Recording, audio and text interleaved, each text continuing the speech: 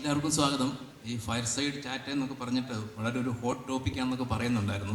ഇപ്പം ഞങ്ങൾ തമ്മിൽ ഈ മാധ്യമ സമീപനവും കേരളത്തിൻ്റെ മാറുന്ന വ്യവസായ ലോകവും ഇതിനെക്കുറിച്ചിട്ടുള്ള ഒരു തർക്കമോ വഴക്കമൊക്കെയാണ് നിങ്ങൾ പ്രതീക്ഷിക്കുമെങ്കിൽ അങ്ങനെയൊന്നുള്ളൊരു യാതൊരു ഉദ്ദേശവും ഇല്ല. അത് അംഗീകരിക്കാതിരിക്കുന്ന പ്രശ്നവുമില്ല.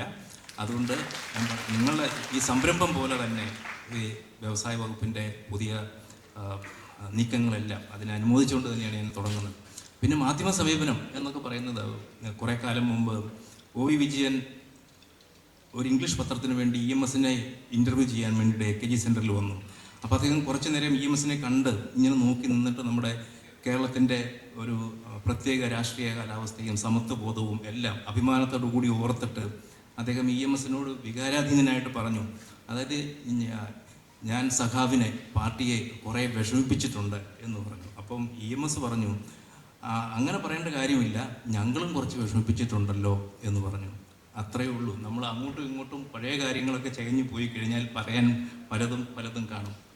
അതിനുള്ളൊരു സമയമല്ല എന്ന് അറിഞ്ഞതുകൊണ്ട് തന്നെയാണ് ഞാനിത് തുടങ്ങുന്നത്. മനോഹരമായ ഫർണിച്ചർ ഉണ്ടാക്കുന്ന ഒരു സ്റ്റാർട്ടപ്പാണ്. അപ്പോൾ അവർ തന്നെ പറയുന്നത് 2022 തുടങ്ങി ഇത്രയും കാലം കൊണ്ട് തന്നെ ഒരു 12,000 കിലോ പ്ലാസ്റ്റിക് വേസ്റ്റ് നമ്മുടെ പറമ്പുകളിലോ അല്ലെങ്കിൽ കടലിലോ എത്തുന്നതിന് തടയാൻ അവർക്ക് കഴിഞ്ഞു എന്നുള്ളതാണ്. അപ്പോൾ അതിന് ഏറ്റവും ആകർഷിച്ചൊരു കാര്യം, അവിടുത്തെ CEO എന്നുള്ള പോസ്റ്റ് ചീഫ് എക്സിക്യൂട്ടീവ് ഓഫീസർ അല്ല, ചീഫ് ഇക്കോ ഓഫീസറാണ്. അതുപോലെ COO എന്ന് പറയുന്നത് ചീഫ് സീറോ ഓഫീസറാണ്, സീറോ വേസ്റ്റ് എന്നുള്ള ഇതാണ്. CTO എന്ന് പറഞ്ഞാൽ ടെക്നോളജി ഓഫീസർ അല്ല, ചീഫ് ട്രാഷ് ഓഫീസറാണ്. അത് അവരുടെ സങ്കല്പം തന്നെയാണ്. അങ്ങനെ നല്ല തുടക്കങ്ങൾ ഒരുപാട് വരുന്നുണ്ടെങ്കിൽ പോലും നമ്മൾ മറ്റ് സംസ്ഥാനങ്ങളെല്ലാം വെച്ച് നോക്കുമ്പോൾ ഇപ്പോഴും സ്റ്റാർട്ടപ്പ് രംഗത്ത് കേരളത്തിലുള്ള മുടക്ക് കുറവാണ് എന്നതല്ലേ വാസ്തവം. അപ്പോൾ എന്തായാലും DYFI ഞാൻ ആദ്യം തന്നെ അഭിനന്ദിക്കുകയാണ്. ഇതൊരു നവീനമായ തുടക്കമാണ്.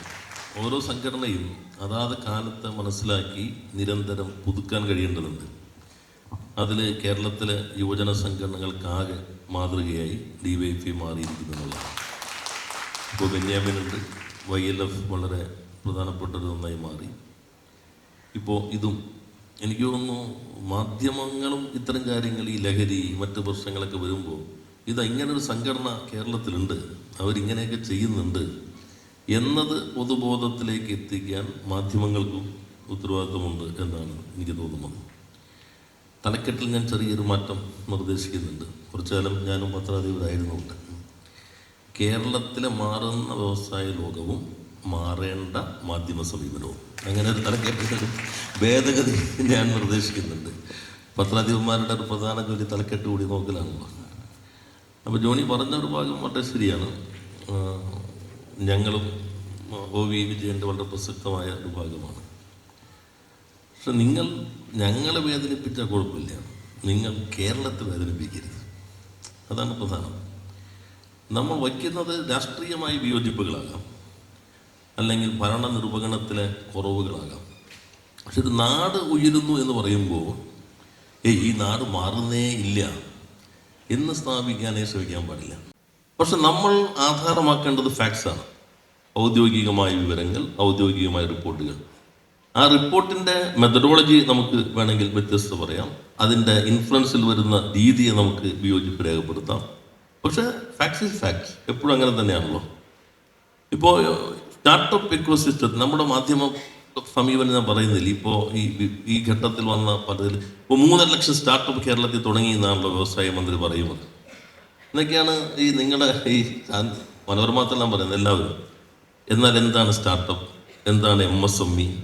നമ്മൾ MSME ആണ് പറയുന്നത്, ഇത് സ്റ്റാർട്ടപ്പാണ്. സ്റ്റാർട്ടപ്പ് എൻ്റെ വകുപ്പല്ല, മുഖ്യമന്ത്രിയുടെ വകുപ്പാണ്. സ്റ്റാർട്ടപ്പിൽ നിന്നുള്ളത് എങ്ങനെയാണ് ആശയങ്ങൾ വരുന്നത്, അതിനെങ്ങനെ ഒരു ഇക്കോസിസ്റ്റം വരും. ഞാൻ ജോണിയോടൊരു ചോദ്യം അങ്ങോട്ട് ചോദിക്കാം. മലയാള മനോരമയുടെ വിരമിച്ച അല്ലെങ്കിൽ വളണ്ടറി റിട്ടയർമെൻ്റ് എടുത്ത ഒരാൾ ഒഴികെ ആരെങ്കിലും സ്റ്റാർട്ടപ്പ് വില്ലേജിൽ പോയിട്ട് ഇത്രയും കാലത്തിനുള്ളിൽ ഒരു റിപ്പോർട്ട് കൊടുത്തിട്ടുണ്ട്? പറഞ്ഞാൽ പോസിറ്റീവായിട്ടുള്ള കാര്യങ്ങൾ മാധ്യമങ്ങൾ അതിൽ ഒരു ഫോക്കസ് കൊടുക്കുന്നില്ല. പക്ഷെ എനിക്ക് തോന്നുന്നത് ഈ പറഞ്ഞത് മാധ്യമങ്ങളും പാർട്ടിയും സർക്കാരും ഒക്കെ പ്രവർത്തിച്ചു പോകുന്ന ഒരു പ്രത്യേക രീതി ഉണ്ടായിരുന്നു. അതിൽ നിന്നൊക്കെ വലിയൊരു മാറ്റം വന്നിട്ടുണ്ട് എന്നുള്ളത് സമ്മതിക്കാൻ നിർവാഹമില്ല. ഇപ്പോൾ താങ്കൾ തന്നെ പറഞ്ഞ ഈ ഇൻവെസ്റ്റ് കേരള ഗ്ലോബൽ സമ്മിറ്റ്, അതിന് മാധ്യമങ്ങൾ സമീപിച്ച രീതി ഒന്ന് നോക്കുക.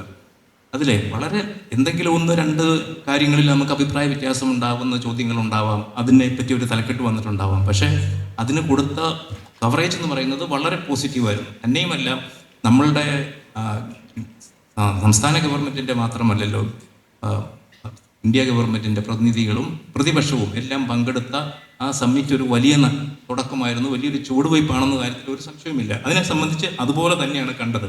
പിന്നെ ഞാനൊരു കാര്യം മന്ത്രിയോട് ചോദിക്കട്ടെ, ചില കാര്യങ്ങൾ നമ്മൾ അർഹിക്കുന്നതിൽ കൂടുതൽ പ്രാധാന്യം കൊടുത്ത് ഒരുപക്ഷെ കുറച്ച് ഇമോഷണലായിട്ട് എടുക്കുന്നുണ്ടോ എന്നെൻ്റെ ഒരു സംശയം. കാരണം ഒരുപക്ഷെ ഈ സമ്മിറ്റിന് വേണ്ടി തന്നെ മന്ത്രി ഒരുപാട് ബുദ്ധിമുട്ടിയിട്ടുണ്ടെന്ന് എനിക്കറിയാം. യാത്ര ചെയ്തും അതിൻ്റെ വേണ്ടിയിട്ട് അത് സംഘടിപ്പിക്കാൻ വേണ്ടിയുള്ള ശ്രമകരമായ ഒരു ദൗത്യം ചെയ്തതിനെ കുറിച്ചിട്ട് വ്യക്തമായിട്ട് അറിയാം, അതുകൊണ്ട് പറയാം. പക്ഷെ അങ്ങനെ ഇരിക്കുമ്പോൾ അതിൻ്റെ കണിക്കൂടെ മാത്രം നോക്കിയിട്ട് നമുക്ക് ഇങ്ങനെ ഒരു സംഭവം വന്നല്ലോ എന്ന് ആലോചിക്കുന്നതിന് മുമ്പ് മറ്റൊന്നും കൂടെ ആലോചിക്കാവുന്നതാണ്. കേരളത്തിൽ ഇപ്പോൾ ഏറ്റവും കുറവ് ആക്ഷേപങ്ങളുള്ളത് ഈ വ്യവസായ വകുപ്പിനെ കുറിച്ചല്ലേ? വ്യവസായ വകുപ്പിന് ഇപ്പം മാധ്യമങ്ങൾ തന്നെ നോക്കുക, ഈ വ്യവസായ വകുപ്പിനെ കുറിച്ചിട്ട് വലിയ ആക്ഷേപങ്ങൾ ഉന്നയിക്കുന്നുണ്ടോ? നമ്മൾ നോക്കുകയാണെങ്കിൽ ഇപ്പോൾ ആഭ്യന്തര വകുപ്പോ ആരോഗ്യ വകുപ്പോ പൊതുമരാമത്ത് വകുപ്പോ അത്തരം വകുപ്പുകളെ വെച്ച് നോക്കുമ്പോൾ ഈ വകുപ്പിനെ, വ്യവസായ വകുപ്പിനെ കുറിച്ച് മറ്റൊരു സമീപനമാണ് ശരിക്കും ഇപ്പോൾ മീഡിയ കാണിക്കുന്നത്. അത് ഏറ്റവും നല്ല ഒരു യഥാർത്ഥമായ മാതൃകയിലെത്തി എന്നൊന്നും ഞാൻ അവകാശപ്പെടുന്നില്ല. പക്ഷേ അങ്ങനെ ഇതൊരു പുതിയൊരു ചുവടുവയ്പ്പാണെന്നുണ്ടെങ്കിൽ അങ്ങനെയും ഒരു മാറ്റം അവിടെ നടക്കുന്നുണ്ട് എന്നത് മന്ത്രിക്ക് ബോധ്യമായിട്ടില്ല. അത് ഞാൻ അവിടെ തന്നെ സമാപന വേദിയിൽ പറഞ്ഞിരുന്നു. കാരണം ഇത് നമ്മൾ എന്നതിലേക്ക് മാറി. അത് സംസ്ഥാന ഗവൺമെൻറ്, കേന്ദ്ര ഗവൺമെൻറ്, പ്രതിപക്ഷം, മാധ്യമങ്ങളും. ഞാൻ എൻ്റെ കൺക്ലൂഷൻ റിമാർക്സിൽ സൂചിപ്പിക്കുകയാണ്. അത് ജോണി പറഞ്ഞ വളരെ ശരിയാണ്. പൊതുവെ ദൃശ്യമാധ്യമങ്ങൾ, അപ്പോൾ ആ സമയത്ത് നമുക്കൊന്നും കാണാൻ കഴിയുന്നില്ലെങ്കിൽ പോലും ലൈവായി തന്നെ ഉദ്ഘാടന ചടങ്ങ്, അതോടൊപ്പം തന്നെ സമാപന ചടങ്ങ്, പിന്നെ അതുകൂടാതെ പലരും ഇൻവെസ്റ്റേഴ്സിനെ തന്നെ കണ്ടു. അപ്പം ഞങ്ങൾ പറയുന്നു വളരെ നല്ല ഇൻവെസ്റ്റ്മെൻറ്റ് അറ്റ്മോസ്ഫിയർ വന്നു, വേറെ ചേട്ടില്ല എന്ന് പറയും. നമ്മൾ സംരംഭകരാണ് പറയേണ്ടത്. എല്ലാവരെയും അത്തരത്തിലൊരു പോസിറ്റീവ് സമീപനം മാധ്യമങ്ങൾ സ്വീകരിച്ചു. മനോരമ, മാതൃഭൂമി, ദേശാഭിമാനി, ഇന്ത്യൻ എക്സ്പ്രസ്, കേരള കൗമുദി, ദീപിക, ഈ പത്രങ്ങളെല്ലാം ലീഡർ എഴുതുകയുണ്ടായി. അത് വളരെ പോസിറ്റീവാണ്. അതോടൊപ്പം തന്നെ നമ്മൾ ജൻ AI കോൺക്ലേവ് സംഘടിപ്പിക്കുമ്പോഴും വളരെ പോസിറ്റീവായി തന്നെ വാർത്തകൾ വരികയുണ്ടായി. അപ്പോൾ ആ പോസിറ്റീവായ കാര്യത്തിൽ തന്നെ അത് മാറ്റാണ്, ആ മാറ്റം വയ്ക്കുന്നു. പിന്നെ ഇപ്പോൾ വ്യവസായ വകുപ്പ് കൊള്ളാം. പക്ഷെ വ്യവസായ വകുപ്പ് പ്രവർത്തിക്കുമ്പോൾ എല്ലാ വകുപ്പുകളും ചേർന്നിട്ട് ഞങ്ങൾ പ്രവർത്തിക്കാം. ഞങ്ങളുടെ ഒരു പ്രത്യേകത ഇത് ടീം വർക്കാണ്. ഈ ഞാൻ എന്നുള്ള ഭാവം ഞങ്ങളുടെ ടീമിനില്ല. ഇപ്പോൾ എനിക്ക് ഒരു കാര്യം ചെയ്യണമെങ്കിൽ ഇപ്പോൾ ലാൻഡ് അലോട്ട്മെൻറ്റ്, ഞാൻ ജനിക്കുന്നതിന് മുമ്പുള്ള പ്രശ്നം ഇപ്പോൾ പരിഹരിച്ചു. റവന്യൂ വകുപ്പ് സഹകരിച്ചില്ലെങ്കിൽ നടക്കില്ല. കാരണം റവന്യൂ ഇൻഡസ്ട്രി തർക്കത്തിലാണ് നിന്നിരുന്നത്. അല്ലെങ്കിൽ ഇപ്പോൾ higher education full time internship വേണം. IBM ഞങ്ങൾ സംസാരിക്കുമ്പോൾ ആദ്യത്തെ അവരുടെ ആവശ്യം ഒരു ഇൻറ്റേൺഷിപ്പ് വേണമെന്നുള്ളതാണ്, ഫുൾ ടൈം. അതെൻ്റെ അധികാര പരിധി വരുന്നതല്ല. അപ്പോൾ തന്നെ നമ്മൾ VC ഓൺലൈനിൽ കയറ്റി, അവർ ഡിഗ്രിയാണ്. CM പറഞ്ഞു, ഹയർ എഡ്യൂക്കേഷൻ മിനിസ്റ്റർ സംസാരിക്കാൻ പറഞ്ഞു. അപ്പോൾ ഈ വ്യവസായത്തിൽ വരുന്ന മാറ്റം ഒരു വകുപ്പിൻ്റെ മാത്രം മാറ്റമല്ല, കളക്റ്റീവ് വർക്ക്. അതിൽ മാധ്യമങ്ങളുടെ കൂടി ഒരു പിന്തുണ ഇപ്പോൾ വരുന്നത് പോലെ തന്നെ എങ്ങനെ ഞാനതാ പറഞ്ഞത്, നമുക്ക് ഈ പോസിറ്റീവ് സൈഡ് കുറേ കൂടി നിങ്ങൾ കൊണ്ടുവരാൻ ശ്രമിക്കേണ്ടതുണ്ട് ഞാൻ പറയുന്നത്. നെഗറ്റീവ് ഉണ്ടെങ്കിൽ പറയാം, ക്രിറ്റിസിസം പറയാം. അത് ഇത്തരം കാര്യങ്ങളാകുമ്പോൾ നമ്മൾ ഭാവി തലമുറയ്ക്കുള്ളൊരു വഴിയാണല്ലോ കാണിക്കുന്നത്. അതുകൊണ്ട് നമ്മുടെ DYFIയുടെ ഈ പ്രോഗ്രാം നല്ലതാണ്.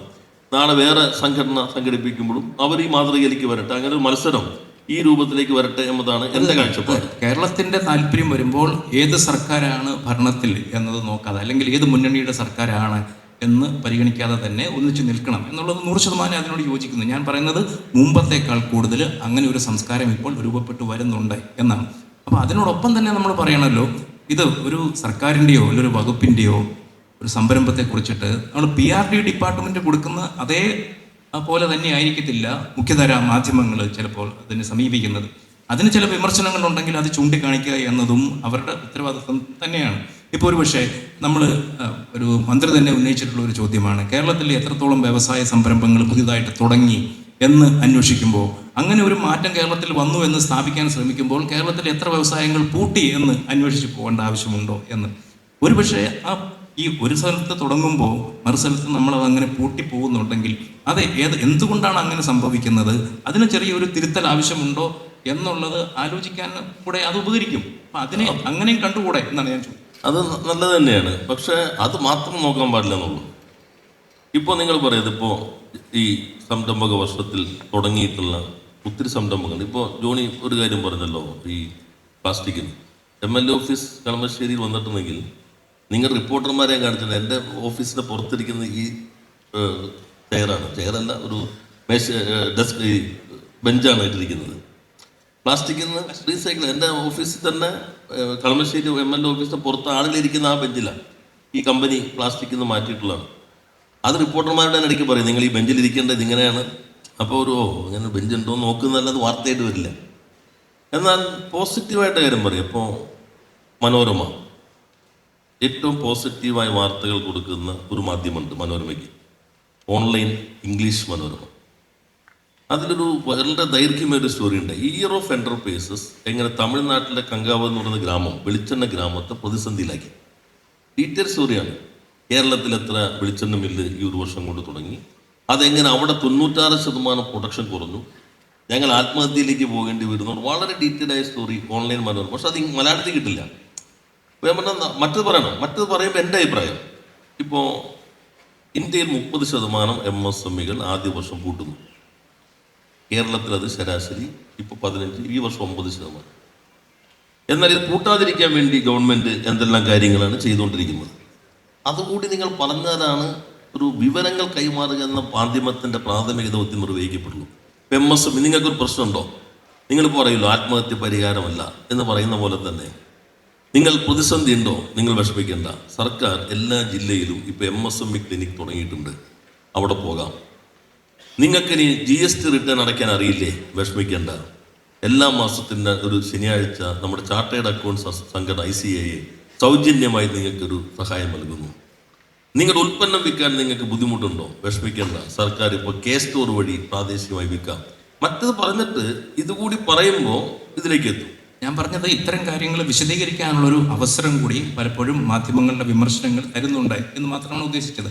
പക്ഷേ ഇപ്പോഴത്തെ മാധ്യമങ്ങളുടെ രീതി അനുസരിച്ച് ഒരു ദിവസം കൊണ്ട് ഇതുപോലൊരു വലിയ മാറ്റം ഉണ്ടാവുമെന്ന് ഞാൻ കരുതുന്നില്ല. പക്ഷേ അതും ഉണ്ടാകുന്നുണ്ടെന്നുള്ള സൂചനകൾ നമുക്ക് കിട്ടിക്കഴിഞ്ഞു. പ്രത്യേകിച്ചും ഈ കേരള ഇൻവെസ്റ്റ്മെൻറ്റ് ഗ്ലോബൽ സമ്മിറ്റിൻ്റെ കവറേജിൻ്റെ അത് വളരെ വ്യക്തമായിരുന്നു.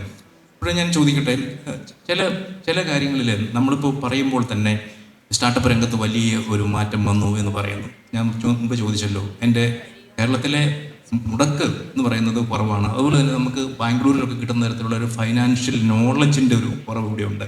ഉദാഹരണം പറഞ്ഞു കഴിഞ്ഞാൽ, ഇവിടുത്തെ ചില സ്റ്റാർട്ടപ്പ് സംരംഭങ്ങളൊക്കെ തുടങ്ങിയിട്ട് അവർ ഇക്വിറ്റി വളരെ വേഗം തന്നെ ഡൈല്യൂട്ട് ചെയ്യും. ഒരു 10-15% ഡൈല്യൂട്ട് ചെയ്യുന്നത് നമുക്ക് മനസ്സിലാക്കാം. പക്ഷേ അത് പെട്ടെന്ന് തന്നെ ഒരു 30% ഡൈല്യൂട്ട് ചെയ്ത് കഴിഞ്ഞാൽ പിന്നെ ആരും ഇതിൽ ഇൻവെസ്റ്റ് ചെയ്യാനായിട്ട് തയ്യാറാവില്ല. അത് പലപ്പോഴും അതിനെക്കുറിച്ചുള്ള ഒരു അറിവിൻ്റെ കുറവ് കൊണ്ടാണ് എന്ന് തോന്നിയിട്ടുണ്ട്. പിന്നെ നമ്മൾ വേറൊരു കാര്യം വിചാരിച്ചു കഴിഞ്ഞാൽ, ഇപ്പോൾ B2C, ഇപ്പോൾ ബിസിനസ് ടു കസ്റ്റമർ, അങ്ങനത്തെ മോഡലിലുള്ള ചില സംരംഭങ്ങൾ ആദ്യമായിട്ട് കേരളത്തിൽ തുടങ്ങിയിട്ടുണ്ട്. പക്ഷെ അങ്ങനെ തുടങ്ങിയ സംരംഭങ്ങൾ തന്നെ ഇപ്പോൾ വളരെ മുന്നിൽ കാണുന്നില്ല. കാരണം എന്ന് വെച്ച് കഴിഞ്ഞാൽ, ഈ സൊമാറ്റോ, സ്വിഗ്ഗി പോലത്തെ വലിയ മൂലധനം മുടക്കുള്ള സംരംഭങ്ങൾ വന്ന് ഇതിനെ അങ്ങോട്ട് തകർത്ത് കളയുന്നത് പോലെയാണ്. അപ്പോൾ അത്തരം ചില കാര്യങ്ങൾ ഈ രംഗത്ത് നിലനിൽക്കുന്നത്, അതിപ്പോൾ ഒരുപക്ഷെ മാധ്യമങ്ങൾ ശ്രദ്ധിച്ചു വരുന്നതേ ഉള്ളൂ. കൂടുതലായിട്ട് അതിനെക്കുറിച്ചുള്ള അവയർനെസ് ഉണ്ടാക്കുന്ന തരത്തിലുള്ള മാധ്യമ ശ്രദ്ധ ഉണ്ടാവുമെന്നാണ് ഞാൻ കരുതുന്നത്. അപ്പം മന്ത്രി ഇക്കാര്യങ്ങൾ ശ്രദ്ധിച്ചിട്ടുണ്ടോ ഇത്തരത്തിൽ? അല്ല, അതിൽ ഒരു ഭാഗം ഞങ്ങൾ കണ്ടു. പക്ഷേ ഇന്ത്യയിലെ ഏറ്റവും one of the best ecosystem കേരളത്തിലാണെന്ന് ഔദ്യോഗികമായി തന്നെ അംഗീകരിക്കപ്പെട്ടുള്ളത്. ഏഷ്യയിലെ അഫോർഡബിൾ ഇക്കോസിസ്റ്റം. അപ്പോൾ ചിലത് പറയും ഇവിടെ കാശ് കുറവിന് ആളെ കിട്ടും. അല്ല, ഇവർക്ക് ഇവിടെ തന്നെ ഒരു reverse migration is also happening. അതിലിപ്പോൾ കുറച്ച് പ്രശ്നങ്ങളുണ്ടായിരുന്നു. അതെന്താണ്, ഞങ്ങൾ തന്നെ ഇടയ്ക്ക് മുഖ്യമന്ത്രി കൂടി ഞാൻ തന്നെ ഇവരായിട്ട് ആശയവിനിമയം നടത്തിയിട്ടുണ്ടായി. പ്രോട്ടോടൈപ്പ് വികസിപ്പിക്കുന്നതിൻ്റെ പ്രശ്നം, സ്പെസിഫിക് ടാലൻറ്റ് ഒരു ഘട്ടം കഴിയുമ്പോൾ കിട്ടാതെ, ഒരു ഘട്ടം കഴിയുമ്പോൾ വികസിക്കുന്നതിൽ ചെറിയ പ്രശ്നങ്ങൾ കേരളത്തിലുണ്ടായിരുന്നു എന്ന് ഞങ്ങൾ തന്നെ റെക്കഗ്നൈസ് ചെയ്തു. അത് മാറ്റുമ്പോൾ ഇപ്പോൾ ഹഡൽ കണ്ടില്ലേ, ഇപ്പോൾ ഒരു വലിയ ലോകം ശ്രദ്ധിക്കുന്ന ഉത്സവമായിട്ട് മാറിയില്ലേ സ്റ്റാർട്ടപ്പുകൾ, ലോകത്തിലെ തന്നെ പ്രധാനപ്പെട്ട ഉത്സവമായി മാറി. അപ്പോൾ നല്ലൊരു മാറ്റം വന്നിട്ടുണ്ട്. അപ്പോൾ അതിൽ മാധ്യമ സമീപനത്തിൽ വരേണ്ട ഒരു കാര്യം, കേരളത്തിൽ നിന്ന് വികസിച്ചിട്ടുള്ള സ്റ്റാർട്ടപ്പുകൾ ഇവർ തന്നെ അവാർഡ് കൊടുക്കുന്നുണ്ട്. നമ്മുടെ നാട്ടിൽ തന്നെ പണ്ട് അനുപമ്പിയൊക്കെ വന്നിട്ടുണ്ട്, അവർ കുറേ ഇനീഷ്യേറ്റീവ്സ് എടുക്കുന്നുണ്ട്. ഞാൻ ഒരു കാര്യം പറയും, പണ്ട് നമ്മുടെ മാധ്യമങ്ങളിലെ ഒരു ഘട്ടത്തിലാണ് ഹ്യൂമൻ ഇൻട്രസ്റ്റ് സ്റ്റോറി എനിക്ക് വരുള്ളൂ. സാധാരണ പണ്ടൊക്കെ ഞങ്ങൾ ദേശാമനുള്ള ഒരു ബോധപൂർവ്വം ഫസ്റ്റ് പേജിൽ, മനോരമയാണ് അതൊക്കെ ആദ്യം തുടങ്ങുന്നത്, ഫസ്റ്റ് പേജിൽ ഒരു ഹ്യൂമൻ ഇൻട്രസ്റ്റ് സ്റ്റോറി കൂടി പ്ലേസ് ചെയ്യണം. അപ്പോൾ വേണമെങ്കിൽ തോന്നാം ഈ ജോസ് ചാക്കോ പെരിയപ്പുറത്തിന് ഈ സർജിക്കൽ ബ്ലേഡ് കൊടുക്കാൻ വന്ന ഒരു ചെറുപ്പക്കാരൻ, കമ്പനിയിലെ തൊഴിലാളി, എങ്ങനെ ഒരു വലിയ സ്ഥാപനത്തിലേക്ക് എത്തി. ഞാൻ തന്നെ ഒരു കൈരളിയുടെ അവാർഡ് ദാനത്തിലാണ് അയാളുടെ അനുഭവം പറയണ കേട്ടത്. ഇപ്പോൾ വലിയൊരു സ്ഥാപനത്തിലേക്ക് എത്തിയിരിക്കുന്നു. ഇപ്പോൾ വ്യവസായ വകുപ്പ് തുടർച്ചയായി ജോണി പറഞ്ഞു അങ്ങനെ ഒരു ഓട്ടം ഇതൊക്കെ ഉണ്ടോ. ഇപ്പോൾ 24% മെഡിക്കൽ ഡിവൈസ് ഇൻഡസ്ട്രിയുടെ ടേൺ ഓവർ കേരളമാണ് നൽകുന്നതെന്ന് ഒരു മീഡിയം പുറത്തു കൊണ്ടുവന്നിരുന്നില്ല. ലോകം ഉപയോഗിക്കുന്ന ബ്ലഡ് ബാഗിൻ്റെ 12% കേരളത്തിൻ്റെയാണ്. ഇപ്പം ഇങ്ങനെയുള്ള കുറേ പ്രശ്നങ്ങളുണ്ട്. അപ്പോൾ ഞാൻ പറഞ്ഞത് ആ ഇക്കോ സിസ്റ്റം ഈ സ്റ്റാർട്ടപ്പിൽ നിന്നാണ് ഇത് പലതും വികസിച്ചേക്കുന്നത്. നമ്മൾ മെഡിക്കൽ ഡിവൈസ് എടുത്തു കഴിഞ്ഞാലും അതോടൊപ്പം തന്നെ ഈ ഇത്തരത്തിലുള്ള പുതിയ എമർജിങ് ഈ കട്ടേജ് ടെക്നോളജിയുടെ ഒക്കെ എടുത്തു കഴിഞ്ഞാലും അതിൽ വലിയൊരു മാറ്റം വന്നിട്ടുണ്ട്. നമ്മുടെ ഈ ഹ്യൂമൻ റിസോഴ്സസിൻ്റെ അതുപോലുള്ള തലങ്ങളിൽ മാറ്റം വന്നിട്ടുണ്ട്. പിന്നെ കേരളത്തിൻ്റെ ഒരു പ്രധാനപ്പെട്ട ഒന്ന് ഇപ്പോൾ നമ്മുടെ ട്രാവിസ് കലാനിക് യൂബർ, അതൊരു കൗതുക വാർത്തയായിരുന്നു. യൂബറിൻ്റെ ഒരു പ്രധാനപ്പെട്ട 2007-08 ആ പ്രോഗ്രാം കോഡ് ചെയ്യാൻ വന്നിരുന്ന സ്ഥലം എവിടെയാണ്? ജോണി പോലും ചിലപ്പോൾ ശ്രദ്ധിച്ചിട്ടുണ്ടാവില്ല. ഇല്ലല്ലോ. വർക്കല ബീച്ചിലിരുന്നിട്ടാണ് പ്രോഗ്രാം കോഡ് ചെയ്യുന്നത്. ഒരു മാസം ട്രാവിസും സംഘവും ഒരു മാസം വർക്കല ബീച്ചിൽ വന്നിരുന്നിട്ടാണ്. തിരുവനന്തപുരത്ത് നിന്ന് അദ്ദേഹം വർക്കലേക്ക് ബസ്സിലാണ് പോണേ. ആദ്യമായിട്ടാണ് ബസ്സിൽ കയറുന്നത്. ബസ്സിൽ കയറി കഴിഞ്ഞപ്പോഴാണ് ഈ ട്രാവലിൻ്റെ ഇത് കൂടി നോക്കിയാലോ, അത് ഒരു യൂട്യൂബർ അദ്ദേഹത്തിൻ്റെ ഡൽഹിയിൽ പിന്നീട് ഇന്ത്യ സന്ദർശനം വന്നപ്പോൾ അദ്ദേഹത്തോടൊരു മാധ്യമ പ്രവർത്തനം ചോദിക്കുകയാണ്, ഇത് നിങ്ങളുടെ ആദ്യത്തെ ഇന്ത്യ സന്ദർശനമാണല്ലേ? അപ്പം അല്ലല്ല, ഞാൻ തിരുവനന്തപുരത്ത് വന്നിറങ്ങി തിരുവനന്തപുരത്ത് നിന്ന് ഇങ്ങനെ വർക്കലേക്ക് ബസ്സിൽ പോയി പെടുന്നത് കണ്ടത് ഞങ്ങൾ ടീം മുഴുവൻ വർക്കല റിസോർട്ടിൽ ഇരുന്നിട്ടാണ് ഈ കോഡിങ് നടത്തുന്നത്. ഇത് ശരിക്കും ലോകം അറിയണ്ട. അപ്പോൾ ഞാൻ ഈ മീറ്റിലും ഞാൻ ചുമതല എടുത്തതിന് ശേഷം ഡൽഹി ഇന്ത്യൻ എക്സ്പ്രസ്സിൽ കൊടുത്ത ഫുൾ പേജ് അഭിമുഖത്തിലും പറഞ്ഞൊരു കോൺസെപ്റ്റ് ഉണ്ട്, വർക്ക് ഫ്രം കേരള. അത് ഏറ്റവും നല്ല ഉദാഹരണം. അത് സ്വസ്ഥമായിട്ട് ഇവിടെ ഇരുന്ന് ഒരു പ്രോഗ്രാം ചെയ്യാൻ യൂബറിൻ്റെ CEO ഫൗണ്ടർ പറയുകയാണ്, this is one of the best place. അപ്പോൾ അതൊരു കൗതുക വാർത്തയായിട്ട് പോലും നമ്മൾ വരുന്നില്ല, മാറ്റം വരുന്നുണ്ട്. അപ്പൊ അത്തരം കാര്യങ്ങൾ കൂടി വരുമ്പോൾ സ്റ്റാർട്ടപ്പ് ഇക്കോസിസ്റ്റവും കുറെ കൂടി നമുക്ക് മെച്ചപ്പെടുന്നത്. വെഡിങ് ഡെസ്റ്റിനേഷനായിട്ട് കേരളത്തെ ഉയർത്തി കാണിക്കുന്നത് പോലെ തന്നെ ഇവിടെ വന്നിരുന്ന് സ്വസ്ഥമായിട്ട് ചിന്തിച്ച് ആശയങ്ങൾ കണ്ടെത്തുക എന്നുള്ള ആ ആശയം വിൽക്കുക എന്നുള്ളതാണ് മന്ത്രി ഉദ്ദേശിക്കുന്നത്. അപ്പം ഞാൻ ഒരു കാര്യം വീണ്ടും വ്യക്തമാക്കട്ടെ. ഇപ്പം ഞങ്ങളെ സംബന്ധിച്ചിടത്തോളം ഒരു മാധ്യമം എന്ന് പറയുന്നത് അതൊരു വ്യവസായമാണ്. അവിടെ കേരളത്തിലെ വ്യവസായം മെച്ചമാകുകയും ഈ ആരോഗ്യകരമായിട്ടുള്ള സ്ഥാപനങ്ങൾ ഇവിടെ ഉണ്ടാവുകയും അവർക്ക് പണം ഉണ്ടാവുകയും ഒക്കെ ചെയ്താലേ ഉള്ളൂ ഞങ്ങളുടെ മാധ്യമങ്ങൾക്ക് നിലനിൽക്കാൻ ആവശ്യമായിട്ടുള്ള പരസ്യം കിട്ടുകയുള്ളൂ. അതുകൊണ്ട് വ്യവസായം വളരണം എന്ന് തന്നെയാണ് ഞങ്ങളുടെ ആഗ്രഹവും.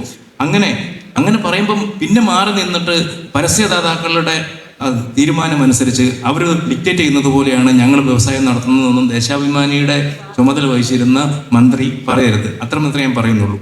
ഒരു കാര്യം കൂടെ ഞാൻ പറയട്ടെ. ഇപ്പം നമ്മൾ ഇതിനെക്കുറിച്ചൊക്കെ ചർച്ച ചെയ്യുമ്പോൾ പ്രതിപക്ഷ നേതാവ് അവിടെ പറഞ്ഞ ഒരു കാര്യമുണ്ട്, ഞങ്ങൾ ഒരു ഹർത്താലും നടത്തുന്നില്ല. ഇപ്പോൾ ഞങ്ങൾ ഭരണത്തിൽ വരികയാണെന്നുണ്ടെങ്കിൽ നിങ്ങളുടെ സമീപനം അങ്ങനെ ആയിരിക്കും എന്ന് പറയാൻ കഴിയുമോ എന്ന്. അത് ഈ DYFIക്കാരെല്ലാവരും കൂടി ഇരിക്കുന്നത് കൊണ്ട് ഞാനത് പ്രത്യേകം എടുത്ത് ചോദിക്കുകയാണ്. ഇവരാണ് അതിൻ്റെ മുന്നിൽ നിൽക്കുന്നത്. അങ്ങനെ ഒരു വലിയ മാറ്റമുണ്ടെങ്കിൽ അങ്ങനെ ഒരു മാറ്റം നമുക്കും വന്നിട്ടുണ്ടെന്ന് മന്ത്രി പറയണം. ഞാൻ നേരത്തെ പറഞ്ഞല്ലേ, സൗമ്യമായി ചോദിച്ച ജോണി നമ്മുടെ അപകടത്തിലേക്ക് കൊണ്ടുപോകാൻ നേരത്തെ സൂചിപ്പിച്ചില്ല. ഒരു പ്രതീതി എന്താണെന്ന് വെച്ചാൽ ഇപ്പോൾ യഥാർത്ഥത്തിൽ ഞാൻ പറഞ്ഞ ഐക്യം പൂർണ്ണമായി വന്നതെന്ന് വെച്ചിട്ടുണ്ടെങ്കിൽ നേരത്തെ ഇപ്പം ഞാൻ VSൻ്റെ പ്രസംഗം നോക്കാം. ജിമ്മിൽ ഇത് പൊതുബോധം എന്താ VS പങ്കെടുത്തിട്ടില്ല എന്നാണ്. VSൻ്റെ അന്നത്തെ പ്രസംഗം, I was clear that the kind of consensus he was talking about was different from the one that the opposition offered him. I want to set aside all apprehension regarding the position of the opposition and make it clear in no uncertain terms that the LDF, led by the CPIM, is fully committed to promoting all genuine proposals of investment. I am happy to let you know that there is consensus among political parties of the state and that the state of Kerala needs more investment for stepping up the tempo of development, even to sustain the past gains of our celebrated Kerala model of development. I am glad, therefore, to assure you that there would be a continuity of state policy in Kerala in promoting genuine investment proposals. ഇത് ആദ്യമായിട്ടല്ല. പക്ഷെ ഞാൻ ഇതെല്ലാം നമ്മുടെ ഇടയിൽ ആ സമയത്തായി ഞങ്ങളും വന്ന് അന്നത്തെ എതിർപ്പും ജോണിക്ക് വളരെ ചരിത്രബോധമുള്ള മാധ്യമ പ്രവർത്തനം എന്നല്ല അറിയാം. അന്നത്തെ എതിർപ്പ് മനോരമയിൽ വന്ന എതിർപ്പുകൾ ഞാനിപ്പോൾ അത് വായിച്ച് നമ്മൾ ഈ ഐക്യം ബുദ്ധിമുട്ടുണ്ട്. ഇങ്ങനെ പോയാൽ നമ്മൾ വിഴിഞ്ഞ പദ്ധതിയെ കുറിച്ചിട്ട് അതെ ഈ സർക്കാരിന്റെ അടുത്ത നിലപാടിനെ കുറിച്ചൊക്കെ നമുക്ക് പറയേണ്ടതില്ല. അന്നത്തെ ഞാൻ ആ മാറ്റം അംഗീകരിച്ചുകൊണ്ട് ഞാൻ ചോദിക്കുകയാണ്, ആ മാറ്റം ഉണ്ടെന്നുള്ളത് എല്ലാവരുടെയും മുമ്പിൽ വ്യക്തമാക്കാൻ. കാരണം നമുക്കും അങ്ങനെ ഒരു മാറ്റം വന്നിട്ടുണ്ട്. ഞാൻ മുമ്പ് നടന്ന കാര്യങ്ങൾ, ഇപ്പം നിങ്ങൾ കൊയ്ത്ത് യന്ത്രത്തെ എന്നെ എതിർത്തു, അല്ലെങ്കിൽ കമ്പ്യൂട്ടറിനെ എതിർത്തു, അത് കഴിഞ്ഞാണ് അത് മാറ്റിയത്. ഞാൻ പറഞ്ഞത് മാറ്റിയതെന്നുള്ളതിനെ വളരെ പോസിറ്റീവായിട്ട് കാണുന്ന ഒരാളാണ് ഞാൻ. അല്ലാതെ അന്ന് അത് ചെയ്തില്ലല്ലോ എന്ന് വിചാരിച്ചിട്ട് നിരന്തരം ഇവിടുന്നതിനൊന്നും ഞാൻ അനുകൂലിക്കുന്നില്ല. പക്ഷെ മാറ്റം ഉണ്ടെങ്കിൽ ആ മാറ്റം അങ്ങനെ ഒരു മാറ്റം വന്നിട്ടുണ്ട്. അത് നമ്മൾ പ്രതിപക്ഷത്തിരുന്നാലും ബാധകമാണ്. എന്നാലേ ഉള്ളൂ ആളുകൾ അതിൻ്റെ ആ മെസ്സേജ് അതുപോലെ എടുക്കൂ എന്നാണ് എൻ്റെ തോന്നൽ. അതാണ് ഞാൻ പറഞ്ഞത്, അന്നത്തെ പ്രതിപക്ഷം പറഞ്ഞത്. പക്ഷെ അന്ന് തർക്കം എവിടെയായിരുന്നു എന്നുള്ള ജോണിക്ക് ഓർമ്മയുണ്ടല്ലോ. അതിന്റെ വ്യവസ്ഥകൾ സംബന്ധിച്ചായിരുന്നു ഞങ്ങളുടെ തർക്കമല്ല. അന്നത്തെ റവന്യൂ മന്ത്രി അടൂർ പ്രകാശിന്റെ സ്റ്റേറ്റ്മെന്റ്, അന്നത്തെ MLA മാർ, ഇപ്പോഴത്തെ പ്രധാനപ്പെട്ട നേതാക്കന്മാർ ഉൾപ്പെടെയുള്ള ആളുകൾ ജിമ്മുമായി ബന്ധപ്പെട്ട് നടത്തിയ സ്റ്റേറ്റ്മെന്റുകളെല്ലാം ചരിത്രബോധമുള്ള മാധ്യമ പ്രവർത്തനത്തിൽ ജോണിയുടെ ഓർമ്മയിൽ ഉണ്ടാവും. ഞാനതിപ്പോൾ വീണ്ടെടുക്കുന്നില്ല. എന്നാൽ പൊതുവെ കൺസെൻസസ് ഞങ്ങളിപ്പോൾ ആലോചിക്കുന്നത്, ഇപ്പോൾ മുഖ്യമന്ത്രി തന്നെ ഈ 3-ാം തീയതി ഇതുമായി സഹകരിച്ച സംഘടനകളെ യോഗം വിളിക്കുന്നുണ്ട്. Confederation of Indian industries, FICCI, CIA, അതോടൊപ്പം തന്നെ സ്മോൾ സ്കെയിൽ ഇൻഡസ്ട്രീസ് അസോസിയേഷൻ, പിന്നെ പ്രധാനപ്പെട്ട നമ്മൾ 48 സെഷനുകൾ ഉണ്ടായിരുന്നല്ലോ, അതിൻ്റെ ആളുകൾ അത് വിളിക്കുന്നുണ്ട്. അതോടൊപ്പം ട്രേഡ് യൂണിയനുകളും വിളിക്കുന്നുണ്ട്. മുഖ്യമന്ത്രി തന്നെ ട്രേഡ് യൂണിയനുകൾ ഇതിൽ പങ്കെടുക്കുകയുണ്ടായി. അത് പ്രധാനപ്പെട്ടതാണ്. അവരും ഒരു പിന്തുണ നൽകിയിട്ടുണ്ട്. അതെങ്ങനെ കുറച്ചുകൂടി ഈ പറഞ്ഞ പോലെ, ജോണി പറഞ്ഞ പോലെ, എങ്ങനെ നമുക്ക് കുറേ കൂടി ഒരു മെസ്സേജ് നൽകാൻ കഴിയുന്ന രൂപത്തിൽ ഞാൻ അവിടെയും ഒരു കാര്യം ഞാൻ ഇതിലെല്ലാം പറഞ്ഞു. ഇന്ത്യയിലെ കഴിഞ്ഞ ഹിന്ദുവിൻ്റെ റിപ്പോർട്ടുണ്ടായിരുന്നു, യൂണിയൻ ലേബർ മിനിസ്റ്റർ. ഇന്ത്യയിൽ കഴിഞ്ഞ 1.5 ദശകം നടന്ന പണിമുടക്കങ്ങൾ 28% തമിഴ്നാട്ടിലാണ്, 17% മഹാരാഷ്ട്രയാണ്, 11% ഗുജറാത്താണ്. കേരളം ആക്ച്വലി അതിലില്ല. പക്ഷേ നമ്മുടെ പൊതുബോധം നിൽക്കുന്നുണ്ട്. നമ്മൾ തമ്മിൽ ആദ്യം ഞാൻ മന്ത്രിയായ ശേഷം ജോണിയുടെ അടുത്തായിരുന്നു, ജോണിയുടെ ഹോട്ട് സീറ്റിലിരുന്ന്. അന്ന് ജോണി എന്നോട് ചോദിച്ചു, എനിക്ക് ഓർമ്മയുണ്ട്, വിമാനം പിടിച്ച ആളെ കൊണ്ടുപോകുന്നുണ്ടല്ലോ. അപ്പം ഞാൻ തിരിച്ചു പറഞ്ഞ കാര്യം അങ്ങേക്ക് ഓർമ്മയുണ്ടോ? ഞങ്ങൾ എയർപോർട്ടിൽ നിന്ന് ഒരു ഔദ്യോഗിക കാറിൽ ഒരു മുതലാളിയെ കൊണ്ടുവന്നാൽ അത് മാസങ്ങളോളം ചർച്ചയായിരിക്കും കേരളത്തിൽ. ഇത് പോസിറ്റീവായിട്ട് കാണുന്നുള്ളൂ. അന്ന് ഞാൻ പറഞ്ഞു, ഒരു കാര്യം ജോണി നോക്കിക്കോളൂ, കേരളത്തിലേക്ക് വിമാനം പിടിച്ച ആളുകൾ ഇങ്ങോട്ട് വരും, ഞങ്ങൾ വിമാനം അങ്ങോട്ട് അയക്കേണ്ടതില്ല. ഓർക്കുന്നുണ്ടല്ലോ, ഇപ്പോൾ ഈ സമ്മിറ്റിൽ വിമാനം പിടിച്ച ആളുകൾ വന്നു, ചാർട്ടേഡ് വിമാനം പിടിച്ചു വന്നു, കേരളം മാറി. പോയി എന്ന് പറഞ്ഞ ആളുകൾ ഇവിടെ ഉള്ളതൊന്നും കൊണ്ടുപോയിട്ടില്ല, വേറെ ഒന്ന് തുടങ്ങുന്നു എന്ന് മാത്രമേ ഉള്ളൂ. അപ്പൊ ആ മാറ്റം വരുന്നുണ്ട്. ആ മാറ്റം നമ്മൾ എല്ലാവരും ചേർന്ന് വരുന്നതാണ്. അല്ലെങ്കിൽ ഞങ്ങളുടെ ഏതെങ്കിലും ഗവൺമെന്റിന്റെ മാത്രമല്ല, അതെ, ആ മാറ്റം എന്ന് പറയുന്നത് വരുന്നുണ്ട്, അത് ഉൾക്കൊള്ളുന്നുണ്ട്. അതിപ്പം ഞങ്ങൾ സർക്കാർ ആയതുകൊണ്ടുള്ള മാറ്റമല്ല. ഒരു പക്ഷേ ഇനി അടുത്ത ടൈമിൽ പ്രതിപക്ഷത്താണെങ്കിൽ പോലും, ഞാൻ പ്രതിപക്ഷത്തായിരിക്കും എന്നല്ല പറയുന്നത്, പ്രതിപക്ഷത്താണെങ്കിൽ പോലും ഈ സമീപനത്തിൽ, അതായത് കേരളം എന്ന് പറയുന്ന സംസ്ഥാനത്തിന്റെ താല്പര്യങ്ങളെ സംബന്ധിച്ച സമീപനത്തിൽ ഒരു മാറ്റം ഉണ്ടാവില്ല എന്ന് പറയുന്നതിന് എന്തെങ്കിലും സങ്കോചമുണ്ടോ എന്നാണ് ഞാൻ ചോദിക്കുന്നത്. സങ്കോചമില്ലല്ലോ. കാരണം നേരത്തെ അനുഭവത്തിൽ ഇപ്പോൾ ഹൈവേ വികസനം നമ്മൾ കൃത്യമായി നിലപാടെടുത്താണല്ലോ. ഇത്ര മീറ്റർ ആകും പ്രതിപക്ഷത്തിരിക്കുമ്പോൾ തന്നെ ഓരോ പദ്ധതിയിലും. ഇപ്പോൾ ഞാൻ വീണ്ടും ആവർത്തിക്കുന്നില്ല, ചില പ്രചാരവേലകൾ ഞാൻ തന്നെ ഇത് കാണിച്ച് നമ്മുടെ ഒരു നിർമ്മിതികളുണ്ടല്ലോ, അതിനെ തുറന്ന് കാണിക്കുന്നത് അതിലേക്ക് നമ്മൾ പോകേണ്ടതില്ല. ഒരു കാര്യം ഉറപ്പാണ്, ഇപ്പോൾ എല്ലാ ട്രേഡ് യൂണിയനുകളും ഇപ്പോൾ BPCLന്റെ 37,000 കോടിയുടെ പ്രോജക്റ്റ് വന്നു. അന്ന് CITIs എല്ലാവരും ചേർന്ന് ഒരു സംവിധാനം ഉണ്ടാക്കി. ആ സംവിധാനം എല്ലാ ഗവൺമെൻറ് കാലത്ത് തുറന്നു. അതുകൊണ്ട് ബിഫോർ ടൈം അത് പൂർത്തീകരിക്കാൻ പറ്റി. അപ്പോൾ ഏത് ഗവൺമെൻറ്റുകൾ വന്നാലും ജനങ്ങളാണല്ലോ വിലയിരുത്തുക, ഏത് ഗവൺമെൻറ് വരണം, വരേണ്ടതില്ല എന്നൊക്കെ ജനങ്ങളെ വിലയിരുത്തും. നമ്മളതിലേക്ക് ഇപ്പോൾ പോകേണ്ടതില്ല. ഇപ്പോൾ ഒരു കൺസെൻസസ് പൊതുവെ വന്നിട്ടുണ്ട്. നമ്മുടെ ഇത് ഇങ്ങനെ അല്ലാതെ പോകാൻ പറ്റില്ല കേരളത്തിൽ. അതാ പ്രധാനം. കാരണം നമ്മുടെ ഈ സോഷ്യൽ സെക്ടറിലെ മാറ്റങ്ങൾ, വിദ്യാഭ്യാസം, ആരോഗ്യം, ഇത് തന്നെ നിലനിൽക്കണമെങ്കിൽ EMS അദ്ദേഹത്തിൻ്റെ അവസാനം പങ്കെടുത്ത കേരള പഠന കോൺഗ്രസ് പറഞ്ഞൊരു ഭാഗമുണ്ട്. കേരള വികസന മാതൃക ലോകം അംഗീകരിക്കുന്നു. എന്നാൽ അതിന് ദൗർബല്യമുണ്ട്. അത് ഉത്പാദന മേഖലയിൽ മുന്നോട്ട് പോകില്ല. ഈ ദൗർബല്യം പരിഹരിക്കാൻ പറ്റുന്നില്ലെങ്കിൽ ഈ നേട്ടം നിലനിർത്താൻ പറ്റില്ല. ഇതാണ് അന്ന് EM പറഞ്ഞ ഭാഗം. കഴിഞ്ഞ 2016 മുതലുള്ള ഗവൺമെന്റ് തുടർച്ച ഈ നേട്ടം ശക്തി ദൃഢീകരിക്കാനും മെച്ചപ്പെടുത്താനും ഒപ്പം ഈ കുറവ് പരിഹരിക്കാനും. ഇനിയിപ്പോൾ കേരളത്തിൻ്റെ തന്നെ റവന്യൂ വരുമാനം വർദ്ധിക്കണമെങ്കിൽ, നമ്മുടെ ഈ ക്ഷേമകാര്യങ്ങൾ നിലനിർത്തണമെങ്കിൽ ആഭ്യന്തരമായ വളർച്ച ഇനി വേറെ ഉണ്ടാകണം. അതിൽ നമ്മുടെ MSME പ്രധാനപ്പെട്ട സ്ട്രെങ്ത്താണ്, മറ്റു വ്യവസായങ്ങൾ സ്ട്രെങ്ത്താണ്. നല്ല അന്തരീക്ഷം നിലനിർത്തണം. ഇപ്പം തന്നെ ചില ഒരു IT മേഖല ടെൻഷൻ ഉണ്ടായിരിക്കും, അപ്പോൾ സ്ട്രെസ് ഉണ്ട്. ആ സ്ട്രെസ്സിനെ എങ്ങനെ നമ്മൾ അത്തരം പ്രശ്നങ്ങൾ അഭിസംബോധന ചെയ്യാം, അത് കുറെ കൂടി ഇന്നത്തെ പ്രശ്നങ്ങൾക്ക് പുതിയ രൂപങ്ങൾ നമ്മൾ കണ്ടെത്തണം. അത് സമരമാകാം, ഇടപെടലുകളാകാം. പഴയതിൻ്റെ തനിയാവർത്തനങ്ങൾ കൊണ്ട് മാത്രം ഇന്നിൻ്റെ പ്രശ്നങ്ങൾ നമുക്ക് അഭിസംബോധന ചെയ്യാൻ പറ്റും. ഒരു വിശാല വീക്ഷണത്തിലാണ് ഇപ്പോൾ മന്ത്രി സംസാരിക്കുന്നത്. അതുകൊണ്ട് തന്നെ ഞാൻ ചോദിക്കുകയാണ്, ഇപ്പം നമുക്ക് രാഷ്ട്രീയമായിട്ടുള്ള ചില അഭിപ്രായ വ്യത്യാസങ്ങൾ ഉണ്ടായിട്ടുണ്ടാവാം. പക്ഷെ അതിനൊക്കെ മാറ്റി വെച്ചുകൊണ്ട് കേരളത്തിൻ്റെ താല്പര്യങ്ങൾക്ക് വേണ്ടി ഒന്നിക്കണം എന്ന് നമ്മൾ സംസാരിക്കുമ്പോൾ, ഇപ്പോൾ ഇറ്റെക്സ് ഗാർമെൻസിൻ്റെ സാബു ജേക്കബിനെ പോലെ ഒരാളെ ഈ പറഞ്ഞ ഇൻവെസ്റ്റ് കേരള സമ്മിറ്റിലേക്ക് വിളിച്ചിരുന്നില്ലെങ്കിൽ എന്തുകൊണ്ട് എന്നൊരു ചോദ്യം പ്രസക്തമാകുന്നുണ്ട്. അതിലിപ്പോൾ അദ്ദേഹത്തിന്റെ സഹോദരൻ ഞങ്ങളുടെ ഇതിന് പ്രിപ്പറേറ്ററി മീറ്റിംഗ് തന്നെ വന്നിരുന്നു, ആ ഗ്രൂപ്പിന്റെ ആളായിട്ട് തന്നെ വന്നിരുന്നു. അതെ. പിന്നെ നമ്മൾ വീട്ടിൽ ഒരു കല്യാണം നടത്തണമെന്നില്ല, ധോണിയുടെ വീട്ടിൽ കല്യാണം. അതിന്റെ മുമ്പിൽ ഇരുന്നിട്ടൊരു നേരെ നിങ്ങൾക്ക് എതിരെ പ്രസംഗിക്കുക ഒരാളെ കൊണ്ട് നിങ്ങൾ ആദ്യം ക്ഷണിച്ചിരുന്നു. നമ്മൾ ലോകത്ത് ഇൻവെസ്റ്റേഴ്സ് മുഴുവൻ വിളിക്കുകയാണ്. അപ്പൊ ഇയാളെ കൂടി മുമ്പിലിരുത്ത്. അല്ല, സാധാരണഗതിയിൽ സിമ്പിൾ ലോജിക്കിൽ നമ്മൾ ചെയ്യുമോ? ജോണിയാണി ചെയ്യുമോ? അപ്പൊ അങ്ങനെ ഒരു ബുദ്ധി നാടിന് വേണ്ടിയുള്ളതാണ്. ഇന്ന് അദ്ദേഹത്തിന് ഒഫീഷ്യലായിട്ട് നമ്മൾ ലെറ്റർ അയച്ചു, അദ്ദേഹത്തിന്റെ ഇൻഡസ്ട്രിക്ക് അയച്ചു. ഇദ്ദേഹം പങ്കെടുത്തു. ഞങ്ങൾ 1000 കോടിക്ക് മുകളിൽ ടേൺ ഓവറുള്ള ആളുകൾ വിളിച്ചിരുന്നു. ഒരു സെഷൻ അതായത് നിങ്ങൾക്ക് ഇനി എത്ര ഫർദർ ഇൻവെസ്റ്റ്മെന്റ് പറ്റും, അതിൽ ഇദ്ദേഹം പങ്കെടുത്തിരുന്നു. 500 കോടി 1000 കോടി. ഇപ്പൊ നമ്മൾ എന്നിട്ടുണ്ടെങ്കിൽ അതിലേക്ക് തന്നെ ചർച്ച വരുന്നത്. ഒരുപക്ഷെ ആ മീറ്റിന്റെ അന്തരീക്ഷത്തെ തന്നെ അദ്ദേഹത്തിന്റെ ഒരു ഇടപെടൽ കൊണ്ട് മാറ്റിമറിക്കും. അങ്ങനെയൊന്നും മാറില്ല, അങ്ങനെയൊന്നും കേരളം മാറില്ല. അങ്ങനെ എന്തെല്ലാം നടന്നുകൂടെ? ഞാൻ പറഞ്ഞ നമ്മൾ വിളിക്കുമ്പോൾ ഞാൻ ഒരിടത്തും നേരിട്ട് വിളിക്കുന്നില്ലല്ലോ, നമ്മൾ ഒഫീഷ്യലായിട്ട് അയക്കും.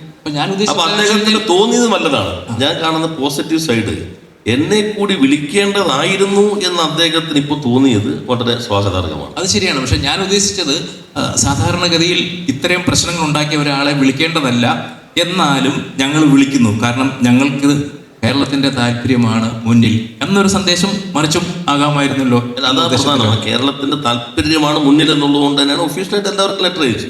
ഞങ്ങൾക്ക് അദ്ദേഹം പറഞ്ഞു, അദ്ദേഹത്തിന് ഇപ്പോൾ തോന്നിയല്ലോ അതാണ് എന്നെ കൂടി വിളിക്കേണ്ടതായിരുന്നു എന്ന് തോന്നിയത് വളരെ നല്ലത് തന്നെ.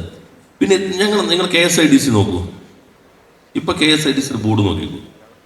ഇപ്പോൾ ചെയർമാൻ ശ്രീ ബാലഗോപാൽ, ബോർഡ് മെമ്പർമാരായിരിക്കും VK മാത്യൂസ്, അല്ലെങ്കിൽ ജിയോജിത്തിന്റെ ശ്രീ ജോർജ്, സിന്തേറ്റിന്റെ അജു ജേക്കബ്, നമ്മുടെ തലശ്ശേരിയിലെ മായൻ ഹാജി, വെസ്റ്റേൺ പ്ലൈവുഡിന്റെ. ഇവരൊന്നും രാഷ്ട്രീയമായിട്ട് ഞങ്ങളോട് യോജിപ്പുള്ളൂ അങ്ങനെയുള്ള അറിയാമല്ലോ. എന്നാൽ കേരളത്തിന്റെ വളർന്നു വരുന്ന ഇൻഡസ്ട്രി സെക്ടറിന്റെ പ്രതീകങ്ങളാണ് അവർ, വിജയകരമായി നടത്തിയവർ. അവരാണ് ഞങ്ങളുടെ ബോർഡ്. ഇവരാണ് എല്ലാവരും ഇൻവൈറ്റ് ചെയ്യുന്നത്. ഞങ്ങൾ ആദ്യമായിട്ടാണ് ഇപ്പോൾ 1000 കോടിക്ക് മുകളിലുള്ളവർ വിളിച്ചു, 500 കോടിക്ക് മുകളിൽ ടേൺ ഓവറുള്ളവർ പ്രത്യേകം വിളിച്ചു, 100 കോടിക്ക് 500 കോടിക്കും മുകളിൽ ഇടയിൽ ടേൺ ഓവറുള്ളവർ പ്രത്യേകം വിളിച്ചു. ഈ ഗവൺമെന്റ് വന്നതിന് ശേഷം ആരംഭിച്ച പുതിയ ഇൻവെസ്റ്റ്മെന്റോ ഫർദർ ഇൻവെസ്റ്റ്മെന്റോ പൈപ്പ് ലൈൻ ഉള്ളത് അവർ വിളിച്ചു. ഇങ്ങനെ എല്ലാവരും വിളിച്ചു, അതിലവർ പങ്കെടുത്തിട്ടുണ്ട്, എല്ലാവർക്കും ലെറ്റർ അയച്ചിട്ടുണ്ട്. പക്ഷെ നമ്മളിപ്പോൾ ഈ ചോദ്യം തന്നെ യഥാർത്ഥത്തിൽ ആ ചോദ്യത്തിന് അതിന് പ്രസക്തിയില്ല. അദ്ദേഹം വന്നില്ല, വരേണ്ടതായിരുന്നു, അത് സ്ഥാപനത്തെ നമ്മൾ വിളിച്ചിരിക്കുന്നു. അപ്പോൾ അതിലേക്കല്ല നമ്മൾ പോകേണ്ടത്.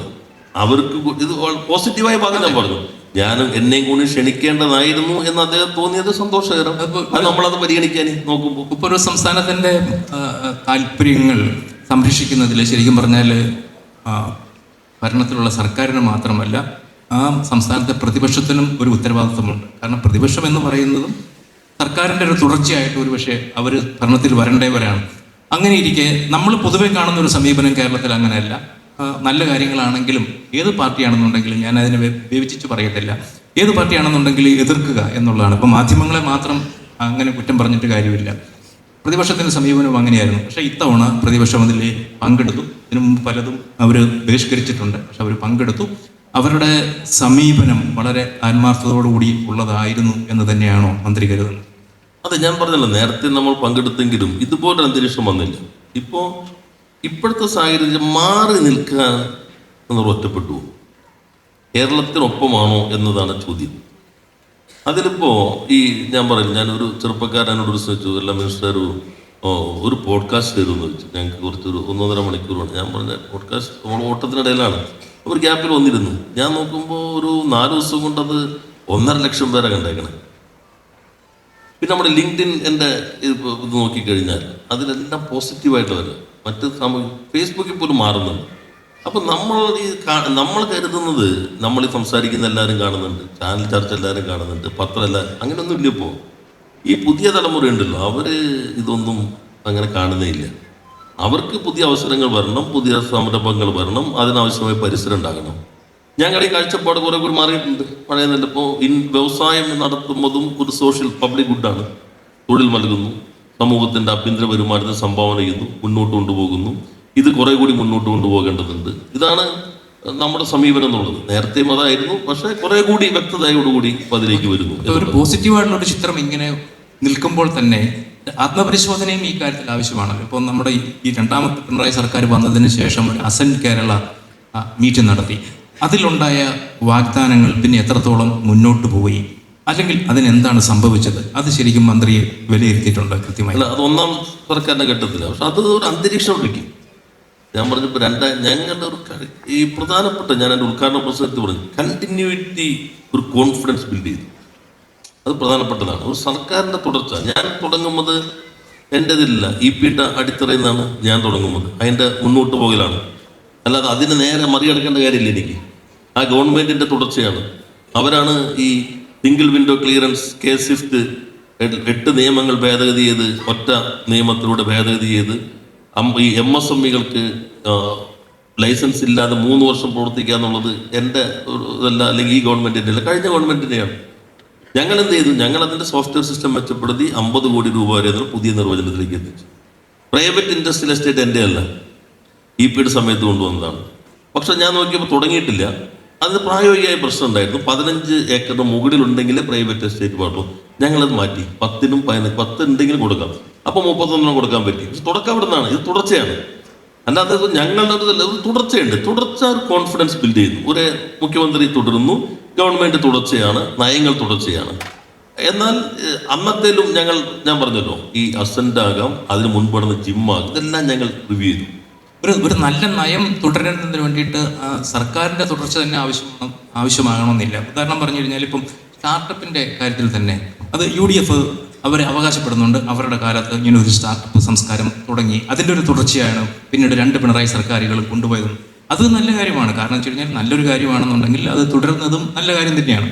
പക്ഷെ അതിനുള്ള ക്രെഡിറ്റ്, ഒരുപക്ഷെ ആ ക്രെഡിറ്റ് അവർക്കൂടെ കൊടുത്തു കഴിഞ്ഞാൽ അവർക്കുണ്ട പ്രശ്നങ്ങളൊക്കെ മാറിയിട്ട് കുറച്ചും കൂടെ സഹകരിക്കാനായിട്ട് ഇടയാക്കിയെന്ന് വരാം. അതുകൊണ്ട് ആ ക്രെഡിറ്റ് കൊടുക്കുന്നതിൽ എന്തെങ്കിലും പിശുക്കുണ്ടോ? ഒരു പിശുക്കില്ല. ആകെ നമ്മൾ പറഞ്ഞ സ്റ്റാർട്ടപ്പിന്റെ സംവിധാനം തുടങ്ങിയതാണ്. അന്നൊരു സൊസൈറ്റി ആയിരുന്നു, ഒരു പ്രൈവറ്റ് സംവിധാനമായിരുന്നു. അതിന് വേറെ ചില, നിങ്ങൾ തന്നെ ചൂണ്ടിക്കാട്ടി, ചില അപകടങ്ങൾ ഉണ്ടായിരുന്നു. അന്നത്തെ കുറേ വിവാദങ്ങൾ അറിയാലോ. അത് മാറിയത് പൊതു സംവിധാനത്തിലേക്ക് കൊണ്ടുവന്നു. ഞാൻ നിയമസഭയിൽ പ്രസംഗിക്കുമ്പോഴും പുറത്ത് ഈ സംരംഭക പറയുമ്പോഴും ഈ എടുത്തു കാണിക്കുന്ന ഇൻഡസ്ട്രീസ്, ഒരു സ്റ്റേറ്റിന് ആവശ്യമില്ല ഇത്രയും ഇൻഡസ്ട്രി ഇവിടെ ഉണ്ടെന്ന് മന്ത്രി തന്നെ പറയേണ്ടത്. ഞാൻ പറയാം, ഇത് ഞങ്ങളുടെ മാത്രം സംഭാവനയല്ല, ഇത് കേരളത്തിലുള്ളതാണ്.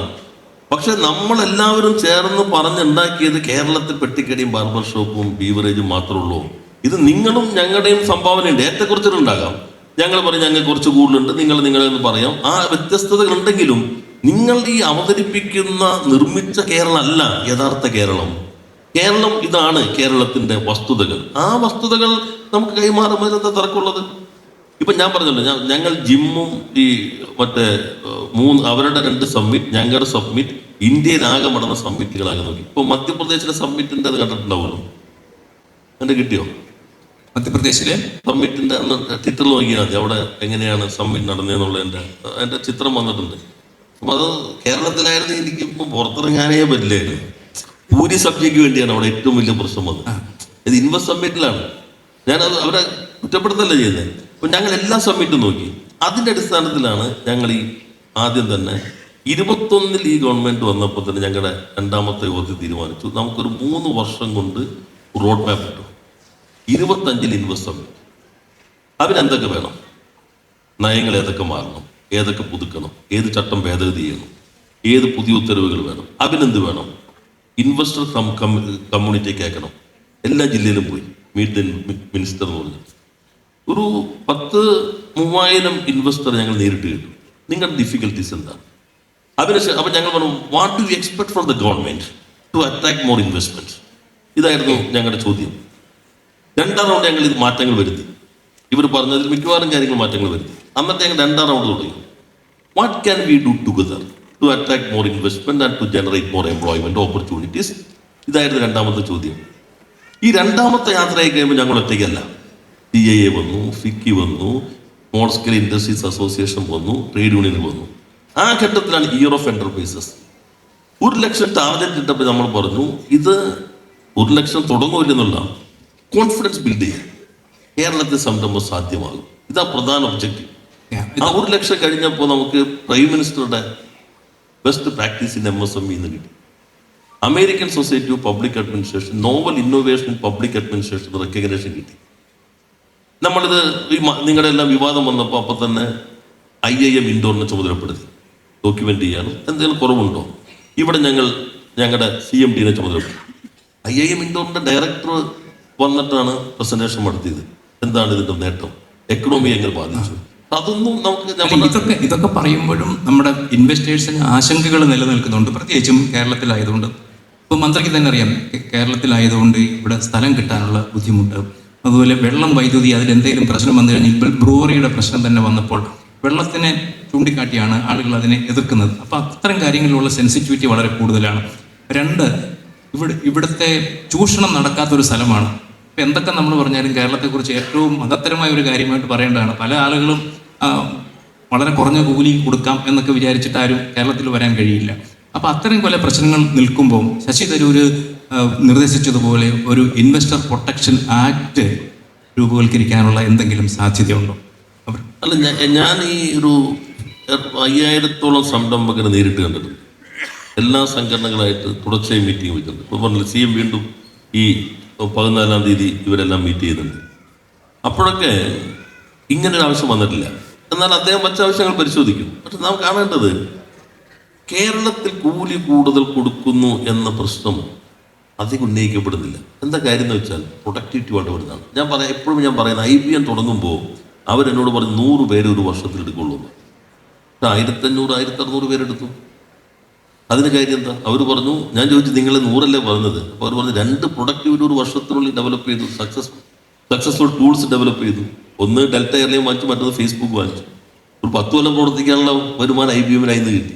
ഇപ്പം 3000-ലേക്ക് എത്താണ്. 3000 IBM-ന്റെ ജോലി എന്ന് പറഞ്ഞാൽ 20 ലക്ഷം ശരാശരി എന്ന് പറഞ്ഞാൽ 600 കോടിയായി. അപ്പം അതോടുകൂടി സമ്പദ്ഘടന മാറും. മറ്റ് മാനുഫാക്ചറിങ് ഇൻഡസ്ട്രീസ് ആണെങ്കിൽ 10,000 പേര് ജോലി ചെയ്ത് 10,000 രൂപ കൊടുത്താൽ 120 കോടി ഒരു വർഷം കിട്ടാം. അപ്പം നമ്മൾ അതിനെ ഫോക്കസ് ചെയ്യുന്നത്. പിന്നെ ഇത്തരം പ്രശ്നം നമ്മുടെ മുമ്പിൽ വന്നിട്ടില്ല. ഇനിയിപ്പോൾ ഒരു ഉദ്ഘാടനത്തിൻ്റെ സമയം ഏകദേശം ആയിക്കൊണ്ടിരിക്കുന്നു എന്നുള്ളത് കൊണ്ട് ഞാൻ വിശദാംശങ്ങളിലേക്ക് പോകുന്നില്ല. ഈ കമ്മ്യൂണിറ്റിയിൽ നിന്ന് വന്നതിൽ സാധ്യമാകാവുന്ന എല്ലാം ചെയ്തിട്ടുണ്ട്. ഇനി ഞങ്ങൾ ഇപ്പോൾ വീണ്ടും ഇവരെ കേട്ടിരിക്കുന്നുണ്ട്. ഇപ്പോൾ മുഖ്യമന്ത്രി ഈ 14-ാം തീയതി ഇരിക്കുമ്പോൾ ഇവരുടെ ഞങ്ങൾക്ക് നൽകിയ പിന്തുണയ്ക്ക് നന്ദി പറയാൻ മാത്രമല്ല, ഇത് ഈ ഇൻവെസ്റ്റ്മെന്റ് റിയലിസ്റ്റിക് ആക്കണം. കൺവേർഷൻ റേറ്റ് ഞാൻ എപ്പോഴും പറയുന്നുണ്ട് 10-15 ഇന്ത്യയിലാകെ. നമുക്കൊരു 60% മുകളിലെങ്കിലാകണം. അതിന് നിങ്ങളുടെ അഭിപ്രായം എന്താണ്? ഇതാണ് മുഖ്യമന്ത്രി നേരിട്ട് കേൾക്കാൻ പോകുന്നത്. മുഖ്യമന്ത്രി തന്നെ അതിനുശേഷം ഇത് 3-ാം തീയതിയാണ്, 14-ാം തീയതി അല്ല, 3-ാം തീയതി ഇവരുടെ യോഗം വിളിക്കുന്നുണ്ട്. 14-ാം തീയതി മുഖ്യമന്ത്രി എല്ലാ പ്രധാനപ്പെട്ട വകുപ്പുകളെയും വിളിക്കുന്നുണ്ട്. എല്ലാവരും ചേർന്ന് ഇന്ന് എന്തെല്ലാം ചെയ്യാൻ കഴിയും. അദ്ദേഹം പിന്നെ ട്രേഡ് യൂണിയൻ വിളിക്കുന്നുണ്ട്. ഞങ്ങൾ ഇപ്പോൾ തന്നെ ഇന്നലെ ഞങ്ങളുടെ റിവ്യൂ ആയിരുന്നു. ഡാഷ്ബോർഡ് വന്നുകൊണ്ടിരിക്കുന്നു. നേരത്തെ പറഞ്ഞ 1.52 ഇപ്പം ഞങ്ങൾ നോക്കുമ്പോൾ 1.74 എത്തി. അത് കഴിഞ്ഞിട്ട് വന്നു 1,74,000 കോടിയുടെ ഇൻവെസ്റ്റ്മെന്റ് പ്രൊപ്പോസലാണ് ഇത് കഴിഞ്ഞപ്പോൾ വന്നിട്ടുള്ളത്. ഞങ്ങൾ ഡാഷ്ബോർഡിലേക്ക് ഒരു ഫിൽറ്ററിംഗ് ഉണ്ട്. അപ്പോൾ നമുക്ക് ഒന്നിച്ച് വന്നാൽ എനിക്ക് ജോണിയോട് അഭ്യർത്ഥിക്കാനുള്ളത്, കുറച്ച് സമയം ഈ പോസിറ്റീവായിട്ടുള്ള ഇത്തരം മറ്റെല്ലാവർക്കും വ്യവസായങ്ങൾക്ക് നിങ്ങൾക്കും നല്ലതാണല്ലോ. ഇതിൽ വന്നത് എന്താണ് സംഗതികൾ, ഏതൊക്കെ വരാൻ പോകുന്നു. എൻ്റെ മനസ്സിലുള്ളത് മാർച്ചിലെങ്കിൽ ആദ്യത്തെ ഒരെണ്ണത്തിന് കല്ലിടണമെന്നാണ്. ഏപ്രിൽ ആദ്യത്തെ ഒരെണ്ണത്തിനെങ്കിലും കല്ലിടണമെന്നാണ് എൻ്റെ മനസ്സിലുള്ളത്. അതിപ്പോൾ പല ഘടകങ്ങളെ ആശ്രയിച്ചാണ് നിൽക്കുന്നത്.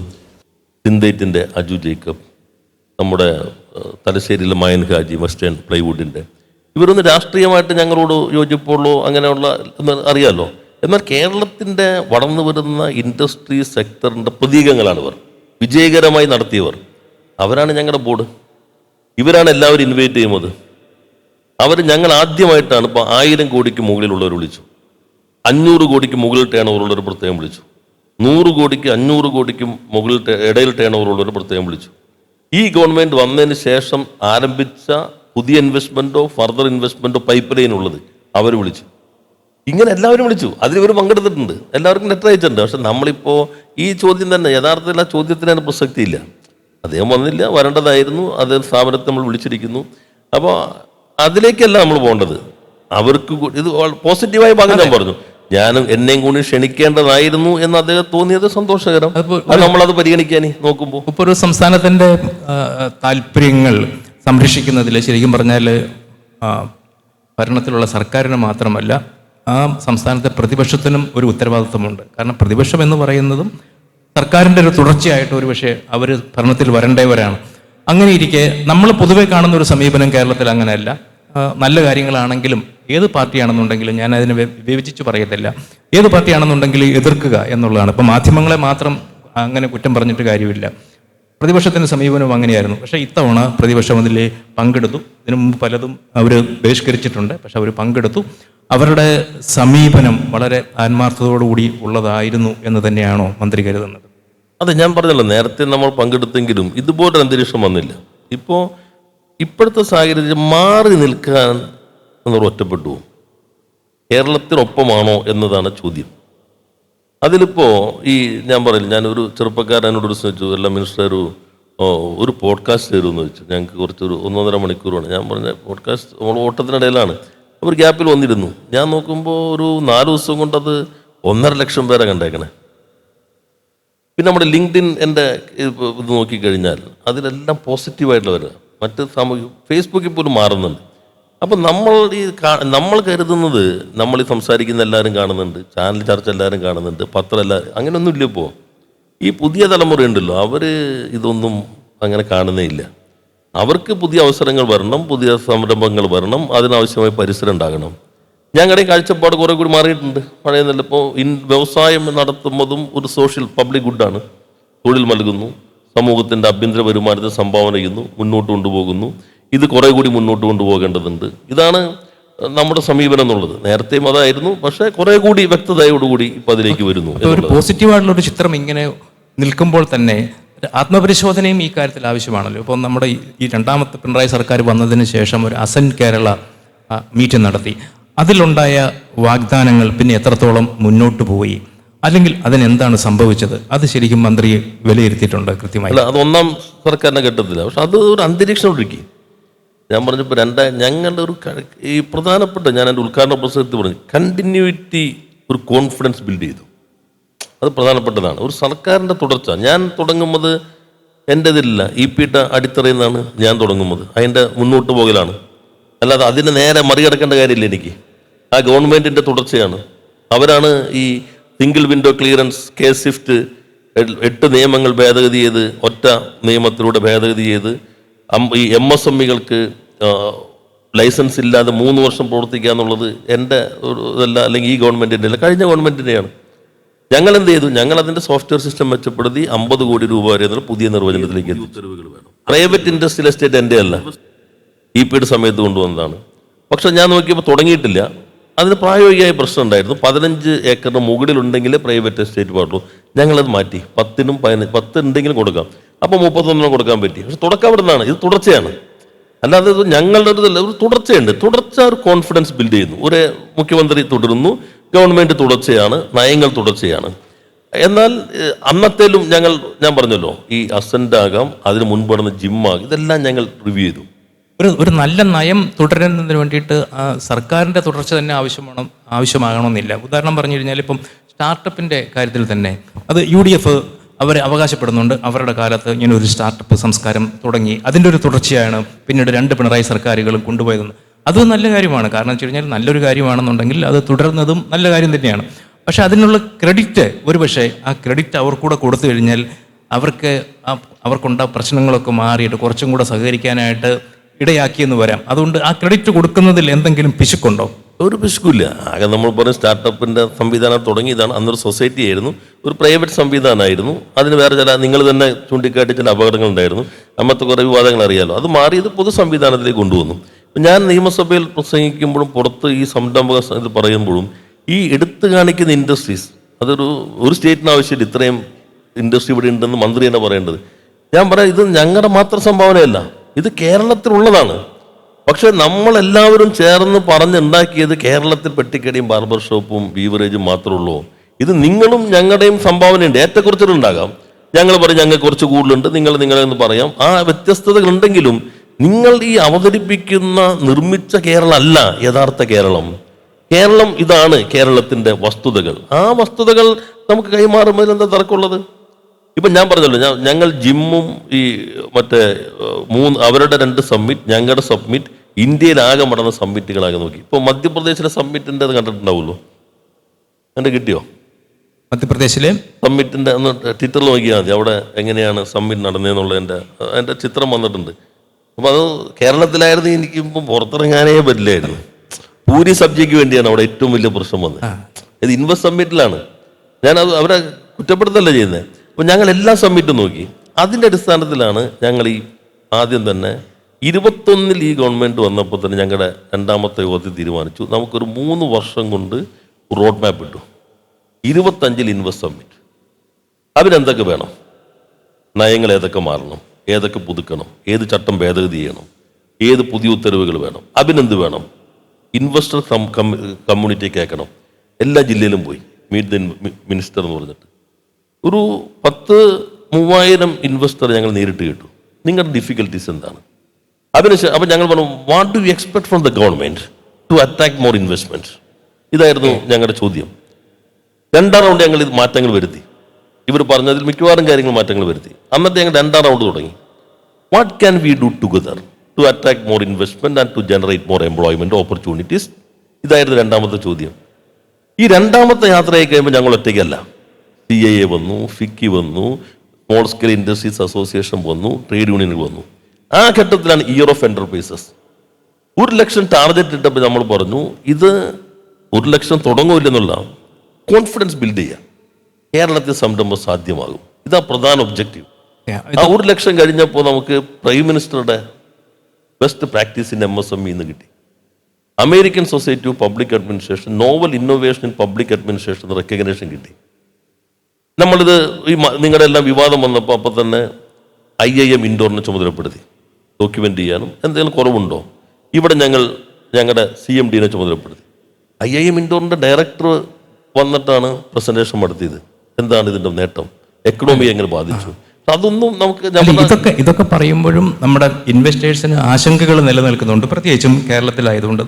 ഇപ്പോൾ മന്ത്രിക്ക് തന്നെ അറിയാം, കേരളത്തിലായതുകൊണ്ട് ഇവിടെ സ്ഥലം കിട്ടാനുള്ള ബുദ്ധിമുട്ട്, അതുപോലെ വെള്ളം, വൈദ്യുതി, അതിലെന്തെങ്കിലും പ്രശ്നം വന്നു കഴിഞ്ഞാൽ ഇപ്പോൾ ബ്രൂവറിയുടെ പ്രശ്നം തന്നെ വന്നപ്പോൾ വെള്ളത്തിനെ ചൂണ്ടിക്കാട്ടിയാണ് ആളുകൾ അതിനെ എതിർക്കുന്നത്. അപ്പോൾ അത്തരം കാര്യങ്ങളിലുള്ള സെൻസിറ്റിവിറ്റി വളരെ കൂടുതലാണ്.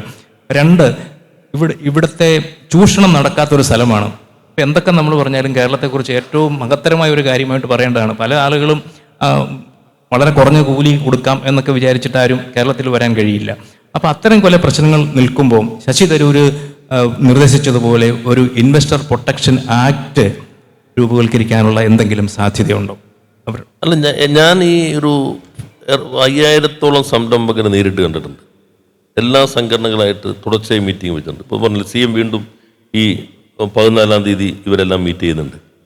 അപ്പോഴൊക്കെ ഇങ്ങനൊരു ആവശ്യം വന്നിട്ടില്ല. എന്നാൽ അദ്ദേഹം മറ്റു ആവശ്യങ്ങൾ പരിശോധിക്കും. പക്ഷെ നാം കാണേണ്ടത്, കേരളത്തിൽ കൂലി കൂടുതൽ കൊടുക്കുന്നു എന്ന പ്രശ്നം അധികം ഉന്നയിക്കപ്പെടുന്നില്ല. എന്താ കാര്യം എന്ന് വെച്ചാൽ പ്രൊഡക്ടിവിറ്റി വളരെ വലുതാണ്. എപ്പോഴും ഞാൻ പറയുന്നത്, IBM തുടങ്ങുമ്പോൾ അവരെന്നോട് പറഞ്ഞ് 100 പേര് ഒരു വർഷത്തിൽ എടുക്കുള്ളൂ എന്ന്. 1500-1600 പേരെടുത്തു. അതിന് കാര്യം എന്താ? അവർ പറഞ്ഞു, ഞാൻ ചോദിച്ചു നിങ്ങളെ 100 പറഞ്ഞത്. അപ്പോൾ അവർ പറഞ്ഞു 2 പ്രൊഡക്ടിവിറ്റി ഒരു വർഷത്തിനുള്ളിൽ ഡെവലപ്പ് ചെയ്തു, സക്സസ്ഫുൾ ടൂൾസ് ഡെവലപ്പ് ചെയ്തു. ഒന്ന് ഡെൽറ്റ എയർലൈൻ വാങ്ങിച്ചു, മറ്റൊന്ന് ഫേസ്ബുക്ക് വാങ്ങിച്ചു. ഒരു 10 കൊല്ലം പ്രവർത്തിക്കാനുള്ള വരുമാനം IBM-ൽ നിന്ന് കിട്ടി. ഇപ്പം 3000-ലേക്ക് എത്താണ്. 3000 IBM-ൻ്റെ ജോലി എന്ന് പറഞ്ഞാൽ 20 ലക്ഷം ശരാശരി എന്ന് പറഞ്ഞാൽ 600 കോടിയായി. അപ്പോൾ അതോടുകൂടി സമ്പദ്ഘടന മാറും. മറ്റ് മാനുഫാക്ചറിങ് ഇൻഡസ്ട്രീസ് ആണെങ്കിൽ 10,000 പേര് ജോലി ചെയ്ത് 10,000 രൂപ കൊടുത്താൽ 120 കോടി ഒരു വർഷം കിട്ടാം. അപ്പോൾ നമ്മളതിനെ ഫോക്കസ് ചെയ്യുന്നത്. പിന്നെ ഇത്തരം പ്രശ്നം നമ്മുടെ മുമ്പിൽ വന്നിട്ടില്ല. ഇനിയിപ്പോൾ ഇവരുടെ ഉദ്ഘാടനത്തിൻ്റെ സമയം ഏകദേശം ആയിക്കൊണ്ടിരിക്കുന്നു എന്നുള്ളതുകൊണ്ട് ഞാൻ വിശദാംശങ്ങളിലേക്ക് പോകുന്നില്ല. ഈ കമ്മ്യൂണിറ്റിയിൽ നിന്ന് വന്നതിൽ സാധ്യമാകാവുന്നെല്ലാം ചെയ്തിട്ടുണ്ട്. ഇനി ഞങ്ങൾ ഇപ്പോൾ വീണ്ടും ഇവരെ കേട്ടിരിക്കുന്നുണ്ട്.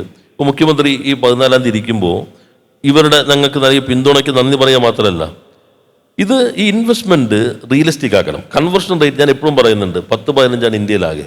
നമുക്കൊരു 60% മുകളിലെങ്കിലാകണം. അതിന് നിങ്ങളുടെ അഭിപ്രായം എന്താണ്? ഇതാണ് മുഖ്യമന്ത്രി നേരിട്ട് കേൾക്കാൻ പോകുന്നത്. മുഖ്യമന്ത്രി തന്നെ അതിനുശേഷം ഇത് 3-ാം തീയതിയാണ്, 14-ാം തീയതി അല്ല, 3-ാം തീയതി ഇവർ യോഗം വിളിക്കുന്നുണ്ട്. 14-ാം തീയതി മുഖ്യമന്ത്രി എല്ലാ പ്രധാനപ്പെട്ട വകുപ്പുകളെയും വിളിക്കുന്നുണ്ട്. എല്ലാവരും ചേർന്ന് ഇനി എന്തെല്ലാം ചെയ്യാൻ കഴിയും. അദ്ദേഹം പിന്നെ ട്രേഡ് യൂണിയൻ വിളിക്കുന്നുണ്ട്. ഞങ്ങളിപ്പോൾ തന്നെ ഇന്നലെ ഞങ്ങളുടെ റിവ്യൂ ആയിരുന്നു, ഡാഷ്ബോർഡ് തന്നുകൊണ്ടിരിക്കുന്നു. നേരത്തെ പറഞ്ഞ 1.52 ഇപ്പം ഞങ്ങൾ നോക്കുമ്പോൾ 1.74 എത്തി. അത് കഴിഞ്ഞിട്ട് വന്നപ്പോൾ 1,74,000 കോടിയുടെ ഇൻവെസ്റ്റ്മെൻറ്റ് പ്രൊപ്പോസലാണ് ഇത് കഴിഞ്ഞപ്പോൾ വന്നിട്ടുള്ളത്. ഞങ്ങൾ ഡാഷ്ബോർഡിലേക്ക് ഒരു ഫിൽറ്ററിംഗ് ഉണ്ട്. അപ്പോൾ നമുക്ക് ഒന്നിച്ച് നിന്നാൽ എനിക്ക് ജോണിയോട് അഭ്യർത്ഥിക്കാനുള്ളത്, കുറച്ച് സമയം ഈ പോസിറ്റീവായിട്ടുള്ള ഇത്രയും മറ്റെല്ലാവർക്കും വ്യവസായങ്ങൾക്ക് നിങ്ങൾക്കും നല്ലതാണല്ലോ, ഇതിൽ വന്നത് എന്താണ് സംഗതികൾ, ഏതൊക്കെ വരാൻ പോകുന്നു. എൻ്റെ മനസ്സിലുള്ളത് മാർച്ചിലെങ്കിലും ആദ്യത്തെ ഒരെണ്ണത്തിന് കല്ലിടണമെന്നാണ്. ഏപ്രിൽ ആദ്യത്തെ ഒരെണ്ണത്തിനെങ്കിലും കല്ലിടണമെന്നാണ് എൻ്റെ മനസ്സിലുള്ളത്. അതിപ്പോൾ പല ഘടകങ്ങളെ ആശ്രയിച്ചാണ് നിൽക്കുന്നത്. അപ്പോൾ നിങ്ങൾ അത്തരം കാര്യങ്ങൾ വയ്ക്കുക, ഈ വന്ന മാറ്റങ്ങൾ കൊണ്ടുവരിക. MSME തന്നെ മറ്റേ പറഞ്ഞോളൂ, ഇതാ ഇങ്ങനെ സംവിധാനങ്ങളുണ്ട്, ഇത്തരം കാര്യങ്ങളുണ്ട്. ഇപ്പം ഞാൻ പറയുന്നത്, പരാതി വരുമ്പോൾ നിയമം കൊണ്ട് സ്റ്റാറ്റ്യൂട്ടറി ഞാൻ പറഞ്ഞ ഗ്രീവൻസ് റീ അഡ്രസൽ മെക്കാനിസം ഉണ്ടാക്കി. ഒരു പരാതിയാണ് 3 കൊല്ലം കൊണ്ട് കിട്ടിയത്. ആർക്കും അറിയില്ല. എന്തായാലും ഈ നിക്ഷേപ വാഗ്ദാനങ്ങളായിട്ട് നിൽക്കുന്നുണ്ടോ, അതെല്ലാം സഫലമാകുന്നുണ്ടോ എന്ന് എന്തായാലും മാധ്യമങ്ങൾ എന്നുള്ള നിലയിൽ ഞങ്ങൾ നോക്കും. അതിന് യാതൊരു സംശയവുമില്ല. പക്ഷേ ഈ പറഞ്ഞ വാഗ്ദാനങ്ങൾ ഏറെയും, നമ്മളൊരു ഗ്ലോബൽ സമ്മിറ്റ് ആണ് എന്നാണ് പറഞ്ഞിരുന്നത്, പക്ഷേ ഈ വാഗ്ദാനങ്ങൾ ഏറെയും കേരളത്തിൽ നിന്നുള്ള ആളുകളുടെ ഇൻവെസ്റ്റ്മെന്റ് പ്രപ്പോസൽസ് ആണ് എന്നത് വാസ്തവമല്ലേ? അത് അങ്ങനെ തന്നെയാണ് ഉദ്ദേശിച്ചത്? കുറച്ചും കൂടെ പുറത്തുനിന്ന് വരേണ്ടിയിരുന്നില്ലേ? അല്ല, കേരളത്തിൽ നിന്നും ഇങ്ങനെ ഇൻവെസ്റ്റ് ചെയ്യാൻ ആളുകൾ ശക്തിപ്പെട്ടു എന്ന് പോസിറ്റീവായിട്ടും കാണാം. അല്ല, പോസിറ്റീവായിട്ട് അദാനിയുടെ ആണല്ലോ ഏറ്റവും വലുത് വന്നത്. പിന്നെ ഷറഫ് ഗ്രൂപ്പ് ഇപ്പോൾ ഈ മീഡിയ സെർച്ച് ചെയ്ത് നോക്കിയാൽ 6 കപ്പലാണ് ചൈനയിൽ നിന്ന് പുള്ളി ഇപ്പോൾ വാങ്ങിയേക്കുന്നത്. അദാനിയുടേത് പക്ഷേ അദാനിയുടേത് വിഴിഞ്ഞം പോർട്ടിന്റെ നേരത്തെ തന്നെ ഉള്ളതല്ലേ 20,000. ഷറഫ് ഗ്രൂപ്പ് അവർ 5,000 കൊണ്ടുണ്ടെങ്കിൽ ഈ 6-7 കപ്പലാണ് ചൈനയിൽ നിന്ന് വാങ്ങിയേക്കുന്നത്. ഇങ്ങനെയുള്ള ഇതുണ്ട് കേരളത്തിലുണ്ട്. ഇനി കേരളത്തിൽ ഇതേപോലുള്ള ചരിത്രം നോക്കിക്കോളൂ. കേരളത്തിൻ്റെ ഇൻഡസ്ട്രിയൽ ഡെവലപ്മെൻറ്റിൻ്റെ പ്രധാന സംഭാവന കേരളത്തിലെ ഇൻവെസ്റ്റേഴ്സ് തന്നെയാണ്. അവർ കേരളത്തിൽ നിന്ന് ലോകത്തിലേക്ക് കൊടുക്കുന്നത്. അഗാപ്പെ കേരളത്തിൻ്റെ ഗ്രാമത്തിൽ നിന്ന് MNC ആയി. ഡെൻകെയർ കേരളത്തിലെ ഒരു വില്ലേജിൽ നിന്ന് ലോക ഇതായി. തെർമൽ പെൻബോൾ ഇവിടുത്തെ വില്ലേജിൽ നിന്ന് ലോകത്തിലായി. അവർ ബഹുരാഷ്ട്ര രൂപത്തിലേക്ക് വളരട്ടെ കേരളത്തിലെ കമ്പനികൾ. അതിനെ കൂടി നമുക്ക് ഒന്നിച്ച് ശ്രമിക്കാം. ഓക്കെ, അപ്പോൾ നമുക്കത് അവസാനിപ്പിക്കുന്നതിന് മുമ്പ് ഇവിടെ DYFIയുടെ കുറേ നേതാക്കളും പ്രവർത്തകരും എല്ലാം ഉണ്ട്. അപ്പോൾ അവരുടെ ക്രിയാത്മക എനർജി ഏതെങ്കിലും വഴിക്ക് തിരിച്ചു വിടണമെന്ന് മന്ത്രിക്ക് സ്പെസിഫിക് ആയിട്ട് പറയാനുണ്ടെങ്കിൽ അതും കൂടെ ഒന്ന് പറഞ്ഞു കേൾക്കാൻ എനിക്കൊരു ആഗ്രഹമുണ്ട്. കാരണം കുറേ കാലമായിട്ട് DYFI വളരെ നല്ല സംരംഭങ്ങൾ ഏറ്റെടുക്കുന്നുണ്ട്. പക്ഷേ എപ്പോഴും അറിയപ്പെടുന്നത്, മുമ്പ് പറഞ്ഞതുപോലെ നല്ല എത്ര കാര്യം ചെയ്തു കഴിഞ്ഞാലും പിന്നെ അറിയപ്പെടുന്നത് ആ കാര്യത്തിൻ്റെ പേരിലല്ല, ചില വയലൻ്റ് ആയിട്ടുള്ള സമരങ്ങളുടെ പേരിലായിരിക്കും ചിലപ്പോൾ അറിയപ്പെടുന്നത്. കുറച്ചേ ഉണ്ടാവുകയുള്ളൂ. അപ്പോൾ അതുകൊണ്ട് DYFI ഇനിയുള്ള കാലത്ത് അവരുടെ ക്രിയാത്മകമായ എനർജി എങ്ങനെയാണ് തിരിച്ചു വിടേണ്ടത്, ആ മാറ്റം അവരെങ്ങനെയാണ് പ്രകടമാക്കേണ്ടത്? നമ്മൾ അവർക്ക് പറയണ്ട, അവർ നമ്മൾ പഠിക്കേണ്ട കാലം. ഇപ്പോൾ മാവോസ് അവർ ഒരു പുതിയ തുടക്കമല്ലേ. ലോകത്തിലെ യുവജന സംഘടനകൾക്കുള്ള മനോഹരമായൊരു തുടക്കം DYFI നൽകിയിരിക്കുന്നു. അപ്പം ഞാൻ ഇനിയിപ്പോൾ അവരുമായി സംവദിക്കുമ്പോൾ ഈ പുതിയ തലമുറയിൽ നിന്ന് എനിക്കെന്തെങ്കിലും പഠിക്കാനുണ്ടോ മുന്നോട്ടുള്ള യാത്രയിൽ ഇവരിൽ നിന്ന്? അതുകൊണ്ട് ഞാൻ ഈ മാവോസ് കഴിഞ്ഞാൽ ഇവർ സെലക്ട് ചെയ്യുന്ന ഒരു 50 ചെറുപ്പക്കാരുമായിട്ട് ഒരു മണിക്കൂറോ ഒക്കെ ഇരുന്നൊന്ന് സംവദിക്കാം. ഇതെങ്ങനെ കേരളത്തിൽ ഈ കാര്യങ്ങൾ മുന്നോട്ട് കൊണ്ടുപോകാന്നുള്ളതിനെ കുറിച്ച് അവരുടെ അഭിപ്രായങ്ങൾ കൂടി കേൾക്കാം. എല്ലാം നന്നായി നടക്കട്ടെ. ഈ പറഞ്ഞതിനെ കുറിച്ചൊക്കെയുള്ള ഓർമ്മകൾ ഉണ്ടായിരിക്കണം. ഓർമ്മപ്പെടുത്തുക എന്നുള്ള ഉത്തരവാദിത്വമാണ് മാധ്യമങ്ങൾക്കുള്ളത്. അത് ഞങ്ങൾ ചെയ്യും.